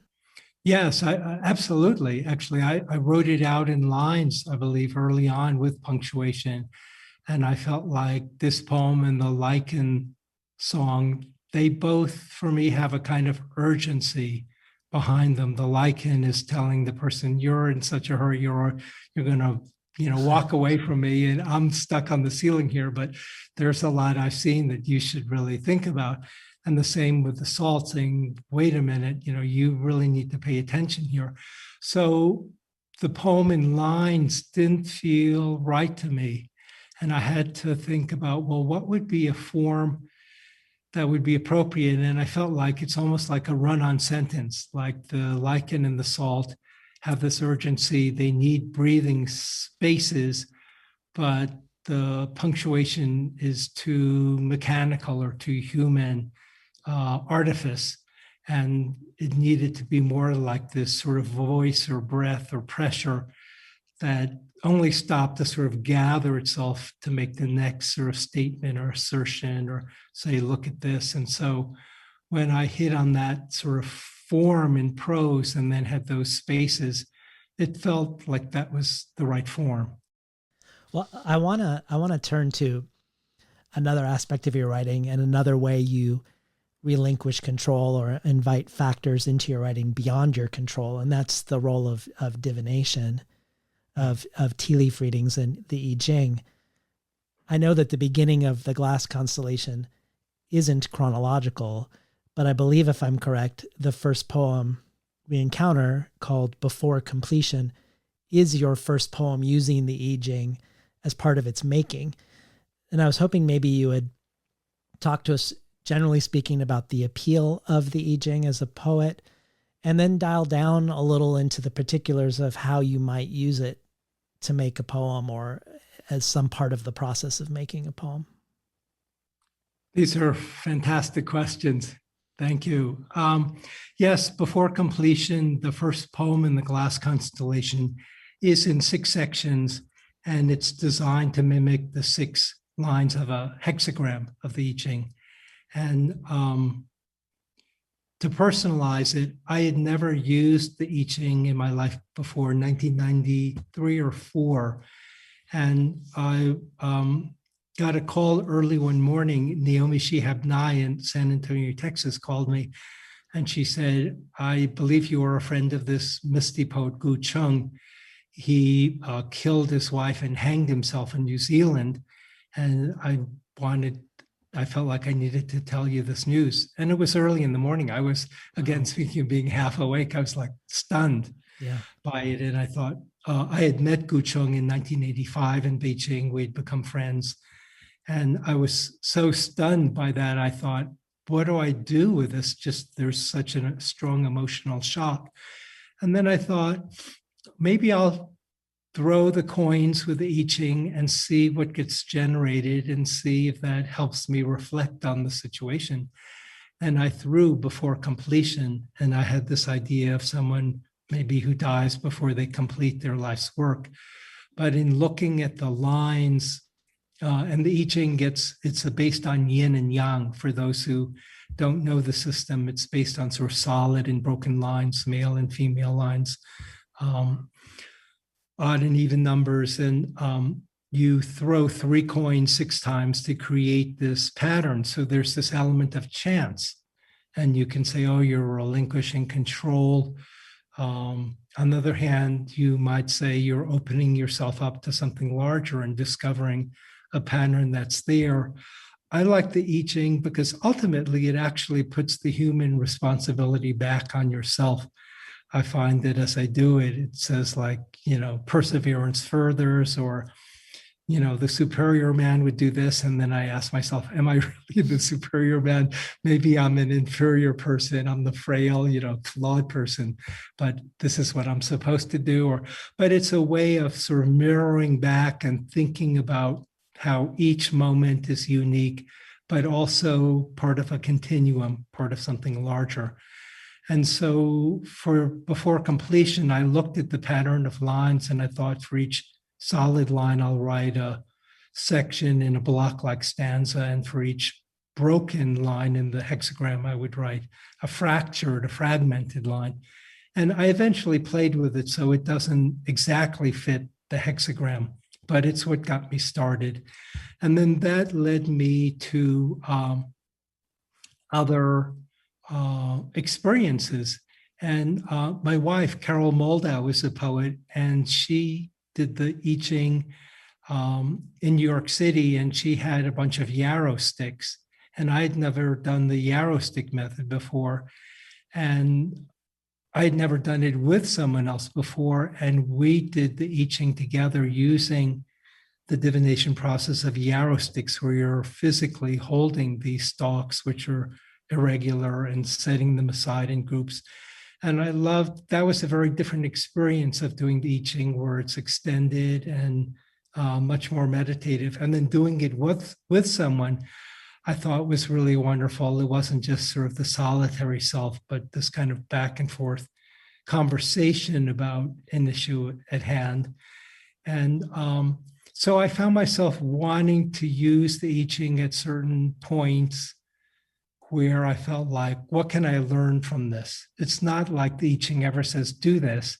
It's more like the oracle throws back things and says, these are things to consider. And I always consider that introduction to the Wilhelm translation by Carl Jung really important, because Jung talks about synchronicity and this idea of a causal, meaningful connection. You can't say that this event causes that event, but you see this event happen and that event happen, and in your mind, there's some kind of connection. You can't prove they're causally connected, but there's some kind of meaningful connection. Again, it's back to Indra's net in this sense that we can see part, but maybe not the totality of things.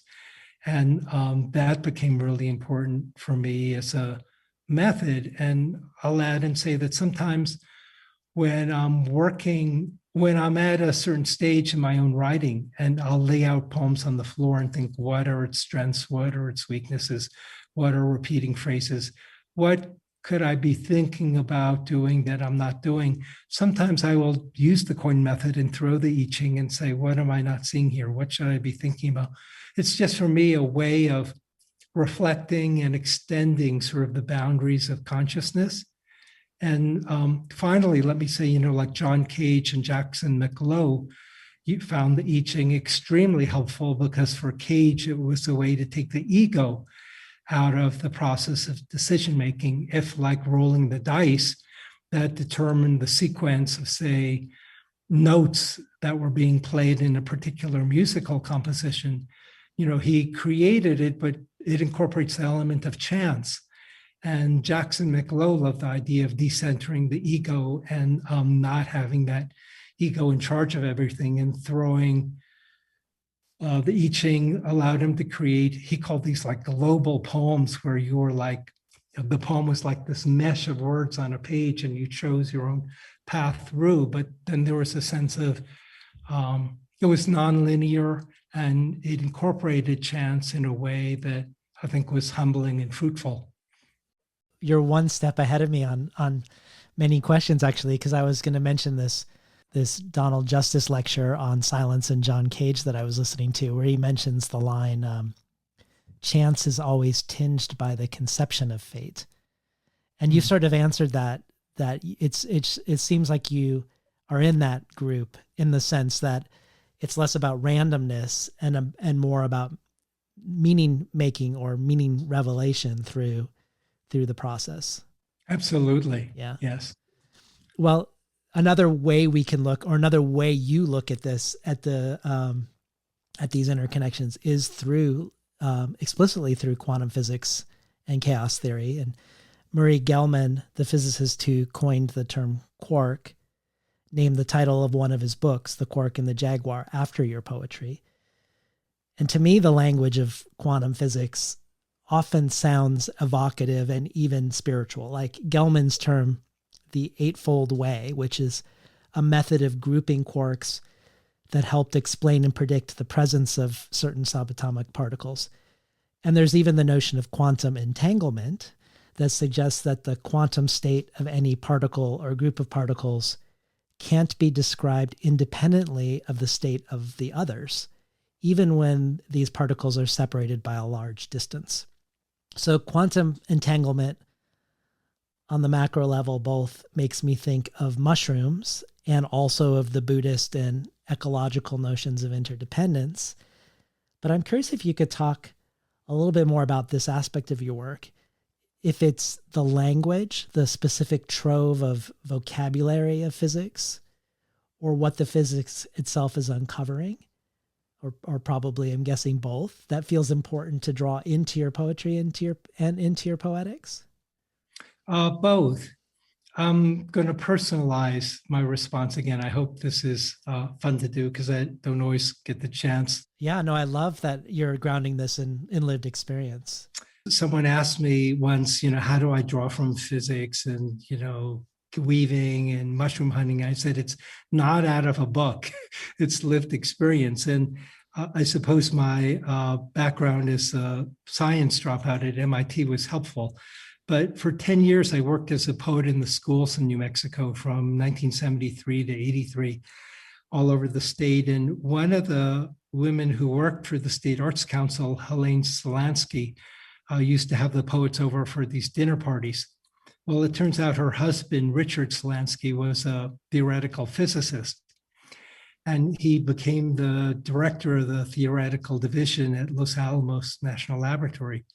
So I met two renowned physicists through Richard Solansky, Murray Gell-Mann, and the other one is George Zweig, who also thought of the quark particle, but couldn't figure out a name for it. And Murray, having a flair for the name, called it the quark and ended up with a Nobel Prize. There's the vagaries of scientific discovery. Yes. But one thing that happened in those dinners was a lot of the poets can talk to the scientists. They would split up into these two very different groups, in the living room. And I ended up talking to Murray and George, and because I had that scientific vocabulary, but I ended up getting, I feel like, this very fascinating, exciting, mystical experience of string theory, quantum physics. And they would be, I remember Dick Solansky talking about how string theory needed to be in 10 dimensions. And I was like, what the hell is that? But thinking, but I just loved the way it was sort of constantly expanding my mind. And Murray turned out to be, I turned out to discover that he was an amazing linguist, and he knew, I think, 10 languages fluently, and he would recite the history of the word ketchup to me. I remember that, from, Malay to Hong Kong to Canton to London to, he was like a walking encyclopedia. At one point I asked Murray, I wanted to use the Middle English and Old English spellings of the word black, but I didn't know how to say them. And I thought, I wonder if Murray knows. And he was like, Arthur, of course I know. He was like, they're homonyms. They're pronounced exactly the same, but they're spelled differently. And so he was an amazing resource. And so on the one hand, the language of physics was helpful and important to me. And I was also at that stage, I think, in the 80s, working on River River, archipelago where I was breaking away from that model of, classical Chinese poetry. And for me, it was certainly at that stage, I felt like, oh, I know the language of science. I can use it. I should be using it. Why not use magnetism or quark or electron in a poem as much as moon or river or diamond? I thought, and I was consciously thinking I want more and more of the world to enter my poems. And that's been a lifelong process and struggle, I think. The early poems are nice, but they're self-contained and they have a kind of beauty of language, but they are self-contained. And part of it was how to put more of the world in. So the actual vocabulary of science I saw as a kind of weapon, almost as a kind of arsenal, or almost like the way you could have anti-poetic elements enter a poem and charge the poem. I thought consciously, if you had electron or quark and you had moon and diamond in the same poem, what a kind of tension between those worlds. But also, as I got to know those scientists, I make a distinction between the sort of technological people at Los Alamos who were, busy assembling stuff and the worst case scenario, assembling bombs. But the scientists seemed to me to have this utter small sense of ego, like there was still this thrill of excitement and discovery and wonder and really not knowing.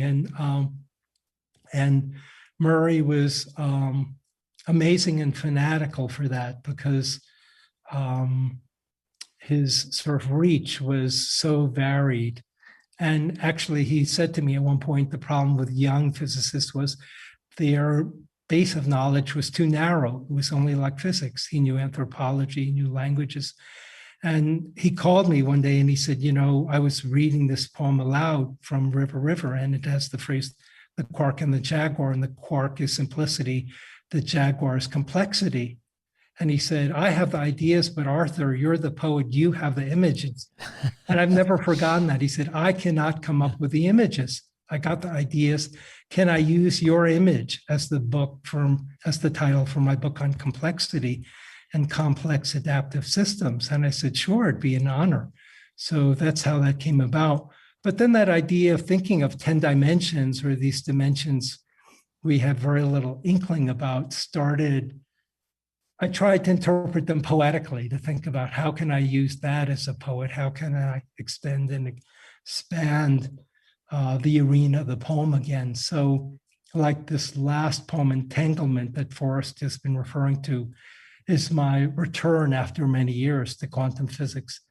And I don't want to get too technical, but there are two sections in one-line stanzas. And so to me, that was new. I've done like a section in one-line stanzas where there's a line in silence and a line silence, but have them back to back felt new to me because I felt like this was really taking that view of not recognizing how they all connect or don't connect and trusting that they might somehow connect, but allowing each one to be a microcosm and part of the macrocosm too, to suspend them. And then to bring in John Cage again, who says, it's not only sound, but silence has duration too. And I've always thought of that. He said, as a composer, remember your silences are always, those have to be demarcated, the duration of silences. And for me, in those one-line stanzas, there's the sense of silence and sound sort of floating or struggling against each other. So the long answer is yes, the vocabulary was very important to me. The discussions about creative process were mind-blowing. I'll give you another anecdote. George Zweig, who's really a terrific physicist, told me over one of those dinners, I asked him, when were you most creative? And I was stunned by his answer. And he said, I was most creative when I was standing in line at the grocery store and I saw a butcher, this is like Newton or something, I saw a butcher pull a roll of this, shiny paper and tear it off and wrap a T-bone steak in it. And George Zweig said, I always write on this 8.5 by 11 yellow pad and I tear the sheet and then I start over, but somehow just that slightest pause, interval, breaks my interruption, my creative process. And he saw that when he saw that butcher tear the piece of white paper off and wrap the steak, he said, I'm not buying a steak, but I need to buy that whole roll of white paper you have. And George told me he went home and he wrote all of his breakthrough equations on that one roll, and he was never able to repeat it. I love this kind of apocryphal story. That's this like creative process. You know, how do you step into these? How do you create these amazing finds? And he said he just rolled and rolled and rolled, and he just kept writing and writing, and he made all of his breakthrough equations on that. That's incredible. I love that story. I was also just thinking, even if you didn't have a background in physics, and even if you hadn't met these amazing physicists in these conversations, being attentive, being from New Mexico and being attentive to New Mexico, the land of New Mexico, the history of New Mexico, is also the history of nuclear physics. That to be aware would also potentially, like I'm thinking of Juliana Sparra and eco-poetics, like is it eco-poetic to write a poem about a tree, or is it more eco-poetic to write a poem about the bulldozer that's about to knock over the tree? Your engagement with radiation is being attentive to things that maybe other people, when they're writing landscape poetry, would in New Mexico might even unwittingly be erasing from what they're seeing. No, I think that's true. I think on the being attentive is really the key, and I would say a priori, you know, one isn't better than the other in terms of writing a poem about a tree or the bulldozer. About they could both be powerful poems, and you can't say beforehand which is, you know, going to be better than another. I guess I would say they both need to be written and something else in addition. Yes. I agree with you. But in terms of attention, I think there's also, for me, the horror of what Los Alamos represents. On the one hand, there are these marvelous conversations about discovery and what you might call pure science with these physicists. But yes, like it or not, Los Alamos is the birthplace of the atom bomb. And I'll never forget, again, taking my son to the Los Alamos Museum, the Bradbury Museum.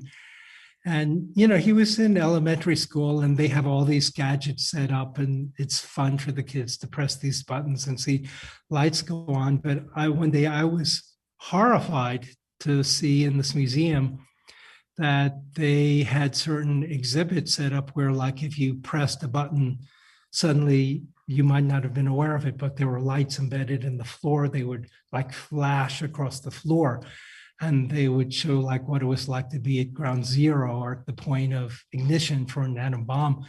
And of course I was thinking, yeah, but it's totally divorced from like the destruction of everything around it. And you're made to like see this beauty of light flashing across the floor almost instantaneously. And so I wrote this prose poem, which was, again, very rare for me, called the Los Alamos Museum, where I felt like the language of science was so specific, but so very cold and dehumanizing because it was masking the sense of how everything would be obliterated at the place of an atom bomb. And the exhibit in this museum didn't address that at all. Instead, it was sort of glorifying technology or this superior consciousness, or look at what we can do. And the horror of that created a very different kind of a poem out of science for me. Yeah. Well, one of the things that's interesting about Murray Gell-Mann is that he's known for focusing on the smallest of individual subatomic particles, but he was also interested in systems and unifying principles. And he set up the first Center for the Study of Complex Systems in Santa Fe. So unlike so much of contemporary science, that by believing the truth is found through controlling all the variables and reducing things to their simplest components in a controlled setting, and often loses sight of the big picture and of systems and of lived embodied entanglements. Even this example in the museum is losing sight of the big picture, I think. Right. Gell-Mann seemed interested in both the particle and the system.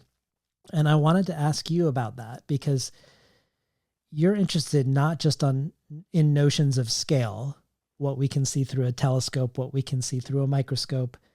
And you've used the Chinese dragon as a metaphor for the mind in this way, that in Chinese cosmology, the dragon could shrink itself to the size of a silkworm or fill all the space between heaven and earth.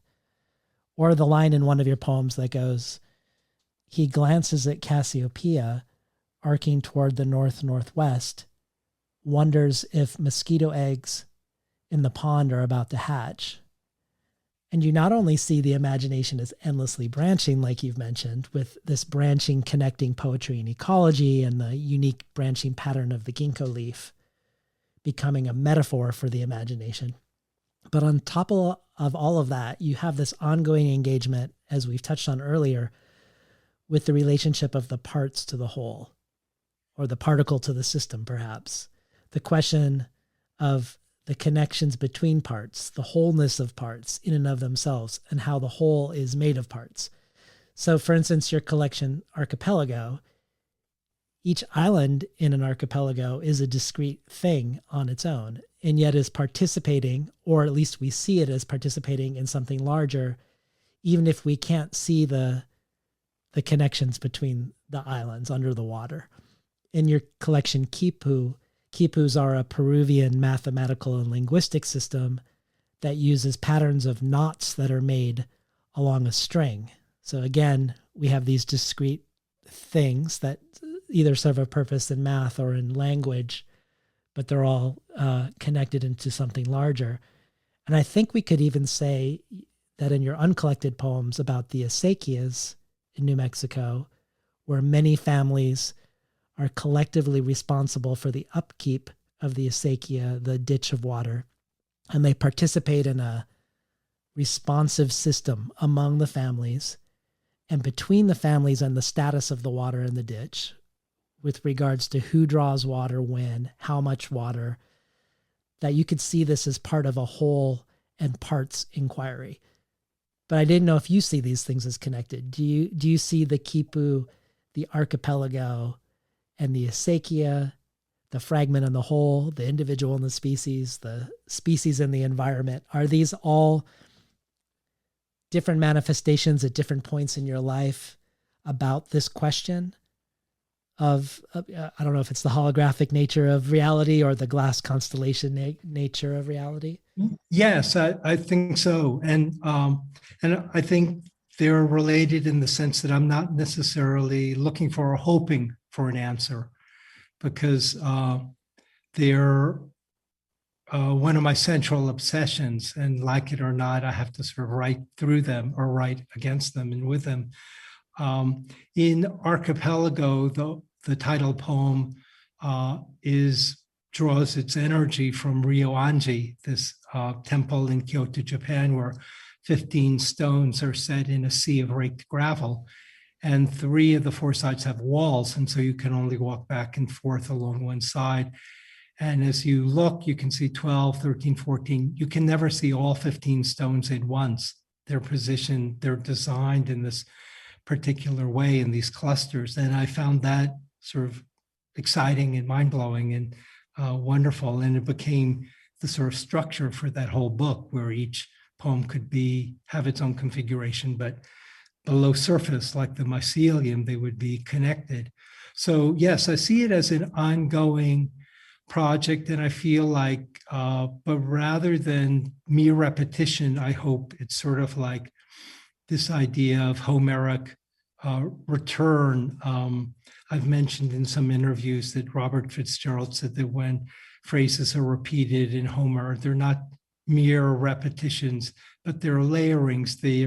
They oftentimes have a slightly different angle, or they create a different nuance or resonance. So each time the repeat comes, it enriches, it reinforces, it insists, and it grows in strength and power. And so I feel like one of my key concerns is that relationship between the part and the whole. And that's sort of a cosmological, you could say even religious sense of not being able to see the totality of things, and in not being able to transcend, too, of not having that being able to transcend and look down and see the totality. But at each at different stages, there's that sense of, I'm quoting Wallace Stevens, of trying to find what will suffice, the poem in search of what will suffice. And so they're kind of like provisional responses along the way. Does that make sense? That makes a lot of sense. As we near the end of our time together, I wanted to return to native cultures and language and connect us back to the very beginning with Layli Long Soldier and you. There's a piece, there's some writing by Simon Ortiz called Song, Poetry, and Language, Expression and Perception that came out in 1977 from Navajo Community College Press. And it isn't about non-hierarchical language per se, but it does seem to be about the fragment and the whole. And I was just curious about your thoughts about it. So I'm gonna piece together a couple things that he said, somewhat paraphrased also. He begins the piece by saying, "Song at the very beginning was experience. There was no division between experience and expression." And then later he says, "Recently I was talking with a friend who's enrolled in a Navajo language course. She is Navajo, but she does not know how to speak Navajo. She made a comment about not being able easily to learn Navajo as a course of instruction. She said, 'I can't seem to hear the parts of it,' referring to inflections and nuances of spoken sentences and words. I referred to a remark I made sometime before, that the way that language is spoken at home is with a sense of completeness. That is, when a word is spoken, it is spoken as a complete word. There are no separate parts or elements to it. For example, when my father has said a word and I ask him, 'What does that word break down to?' I mean, breaking it down to the syllables of sound or phrases of sound, what do each of these parts mean?' And he's looked at me with an exasperated, slightly pained expression on his face, wondering what I mean. And he tells me, 'It doesn't break down into anything. The word,' he says, 'is complete.'" It's wonderful. I didn't know if that sparked anything for you. Yeah, I mean, it was very wonderful. evocative for me. And I'm not sure if I encountered that. I think I encountered that looking at Layli's response from your class. And I don't know if it was a piece of writing that you had given to your students or whether it was something that she encountered and linked. But do you feel a pushback against that, or do you feel a sense of recognition in that?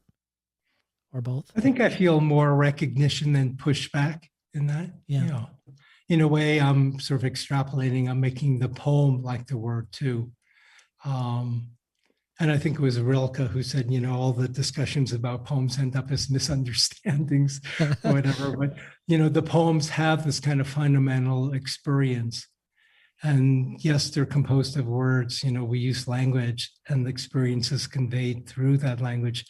And you could break a poem apart into these words or whatever, but ultimately there's still that sense of the word is complete, the poem is complete. You could parse the poem into these parts, but in a way, I guess there is this impulse to want to let the poem be, to be in that sort of unity of experience. I wonder if that brings us back to the image in a way too, because we're more prone to have an image seem like a unity of experience than a word. Yeah, or I was going to revise and say multiplicity of experience. Yeah, absolutely. The images, the way that images move in Chinese poetry to me is mysterious and powerful.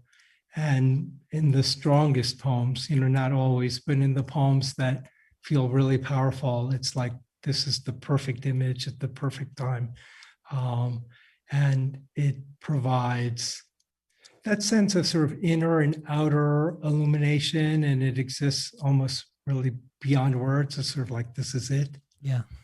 Well, before we hear some final poems, I thought we could look forward to the horizon for you as a poet. It is obvious that you're still pushing the boundaries of form and expression. If we look at the arc of what we've collected so far, if we look at just the last 7 years, your collection, Compass Rose, your National Book Award winning Sightlines, and the many uncollected poems that you've collected here as The White Orchard, We see the appearance of the use of dashes at the end of lines. We see words that are legible but struck through. And in your most recent poems, particularly Acequia del Llano, we see you engaging with classical forms again, the haiku and the haibun, but interrupting them in ways that make something entirely new. So I'd love to hear about any of these, but even more, I'd love to hear what you feel like you're reaching toward. What unexplored edge are you wanting to go over next, poetically speaking? I hope with luck I can keep going.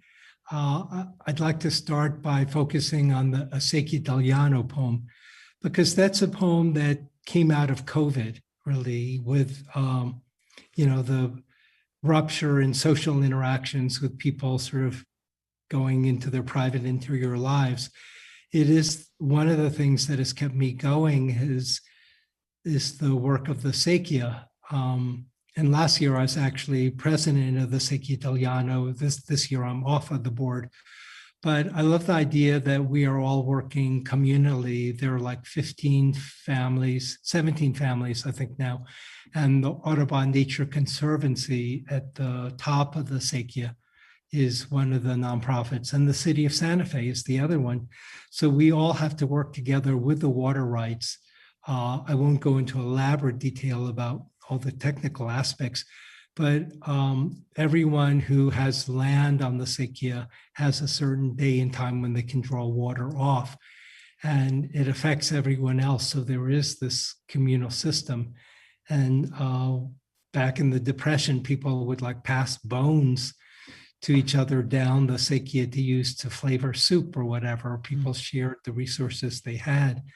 But in terms of my poetry, I wanted to write a poem with a different kind of a form. And I turned to the haibun, which is prose with haiku, prose and haiku, in terms of, say, what Basho wrote. But one of the innovations I did was, and why I'm taking a little time is, I like this poem because I did a lot of things I wouldn't expect myself to do, and I figure readers wouldn't expect me to do. The haiku sections are actually counted syllabically, 5, 7, 5 syllables.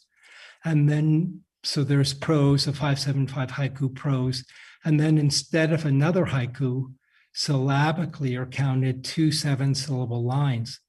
So you can take the 5, 7, 5 syllable and connect it to the 7, 7 syllable. There are 4 sections, but you create a tanka, which means short song in Japanese. So inside of each section, there are 2 haibuns. There's a prose and a haiku prose and a 2-liner. But there's also a haiku and there's also a tanka. So there are poems inside of poems inside of poems.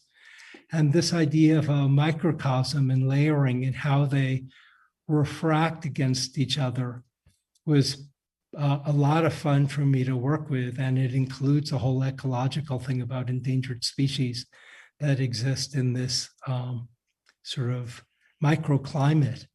And toward the end, I slip in the Ganges River because I had this wonderful revelation. Again, it's coming out of personal experience. Here I am drawing water off of this Acequia 2 times a week, and we have maybe, say, 100 yards, of land along the water. But the Acequia goes from Nichols Reservoir, which feeds the city of Santa Fe, and the water that doesn't get used in the Acequia drops into the Santa Fe River. And the Santa Fe River goes to the Rio Grande.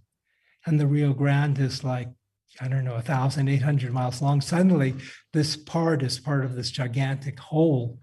And I love that sense of feeling like this mini little thing isn't so insignificant because you start putting the pieces together and it's this huge water system, waterway. And I couldn't resist layering the Ganges River and this idea of laying prayer candles out on the water. So there's a lot of destabilizing of the narrative. But I was excited because I was writing a poem in a form I'd never tried before during COVID. It's very nature-based, but there's also a sense of communion at the last haiku. The last 2 7-line syllables are getting a cactus spine here. I draw a translucent cactus spine out of your hand. there's a connection between an I and a you connected in this landscape. And a sense of intimacy too that's available on a small scale that isn't available on the large scale. So I feel like in this section of new poems, I'm doing things I've never done before. And again, the long answer to your question is, how do I continue? I have a sequence that I've written called Spring View. That's in 9 sections very early on during COVID. But I included the chemical equation for photosynthesis into the poem. Oh, wow. And I thought, this is ridiculous, it's so anti-poetic. And then I thought, I kind of like this because in a way, that's the equation of all life. Without photosynthesis, without converting sun energy into chemical energy, into plant energy, there would be no life on this planet. I thought, well, it's kind of fun to, again, here's my science background of taking something that appears so unpoetic and putting that right directly into a poem. I thought that's something I've never done before. So I can't say I don't want to say too much, but I have a lot of ideas in mind. And I'm not trying to be new for the sake of being new. I guess I want to say that I feel like at each stage when I've put a book together, I'm not saying, oh, it's 5 years, it's time for me to put a book together. I think it took me 7 or 8 years to put Kipu together because I had this sort of structure I wanted to work on and I didn't want to rush it. So I feel like at certain moments, I feel like this is right. I'm putting this book together, it coalesces the vision and energy. And what happens next? Well, I have ideas, but again, yes, I'm just giving you clues.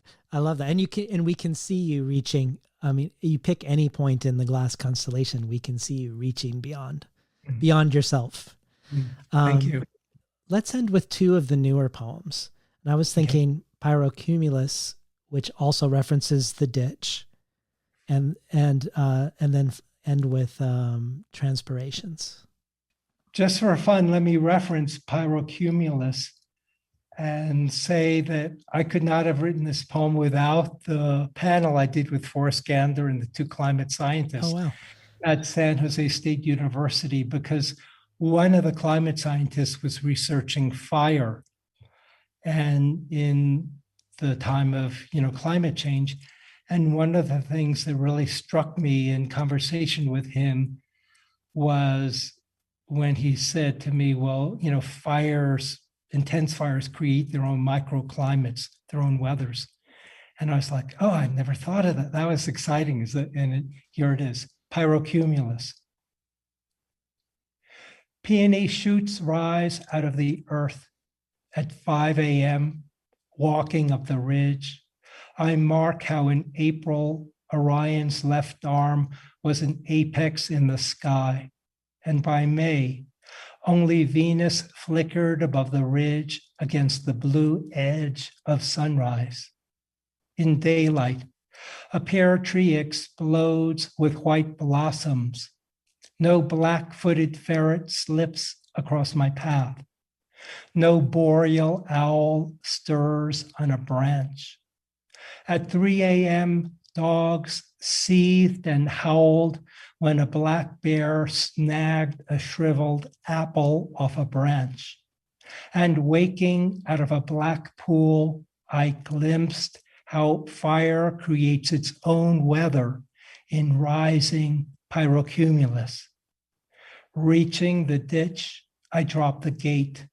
It's time for the downhill pipes to fill. Time for bamboo at the house to suck up water.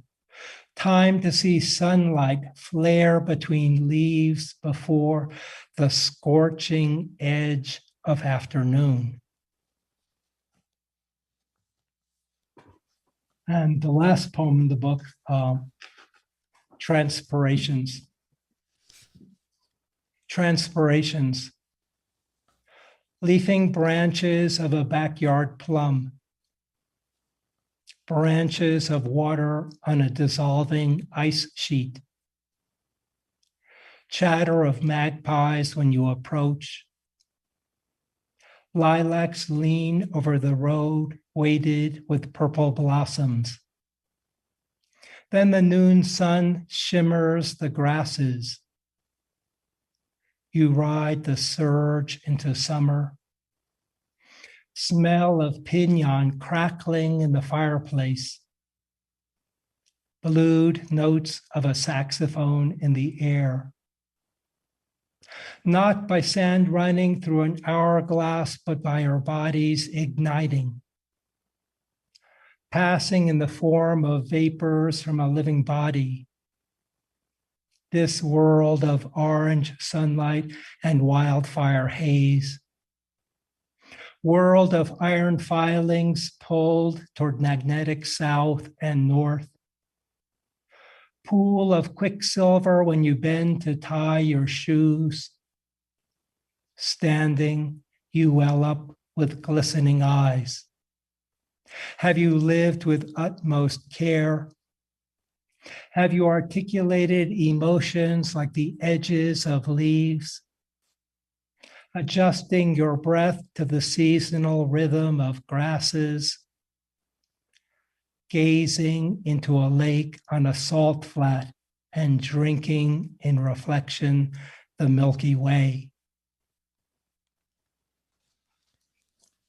It's been such an honor to spend all this time with you today, Arthur. Thank you for being on the show. Thank you so much for inviting me. We were talking today to Arthur Z about his new and collected poems from Copper Canyon Press, The Glass Constellation. You've been listening to Between the Covers. I'm David Naimon, your host.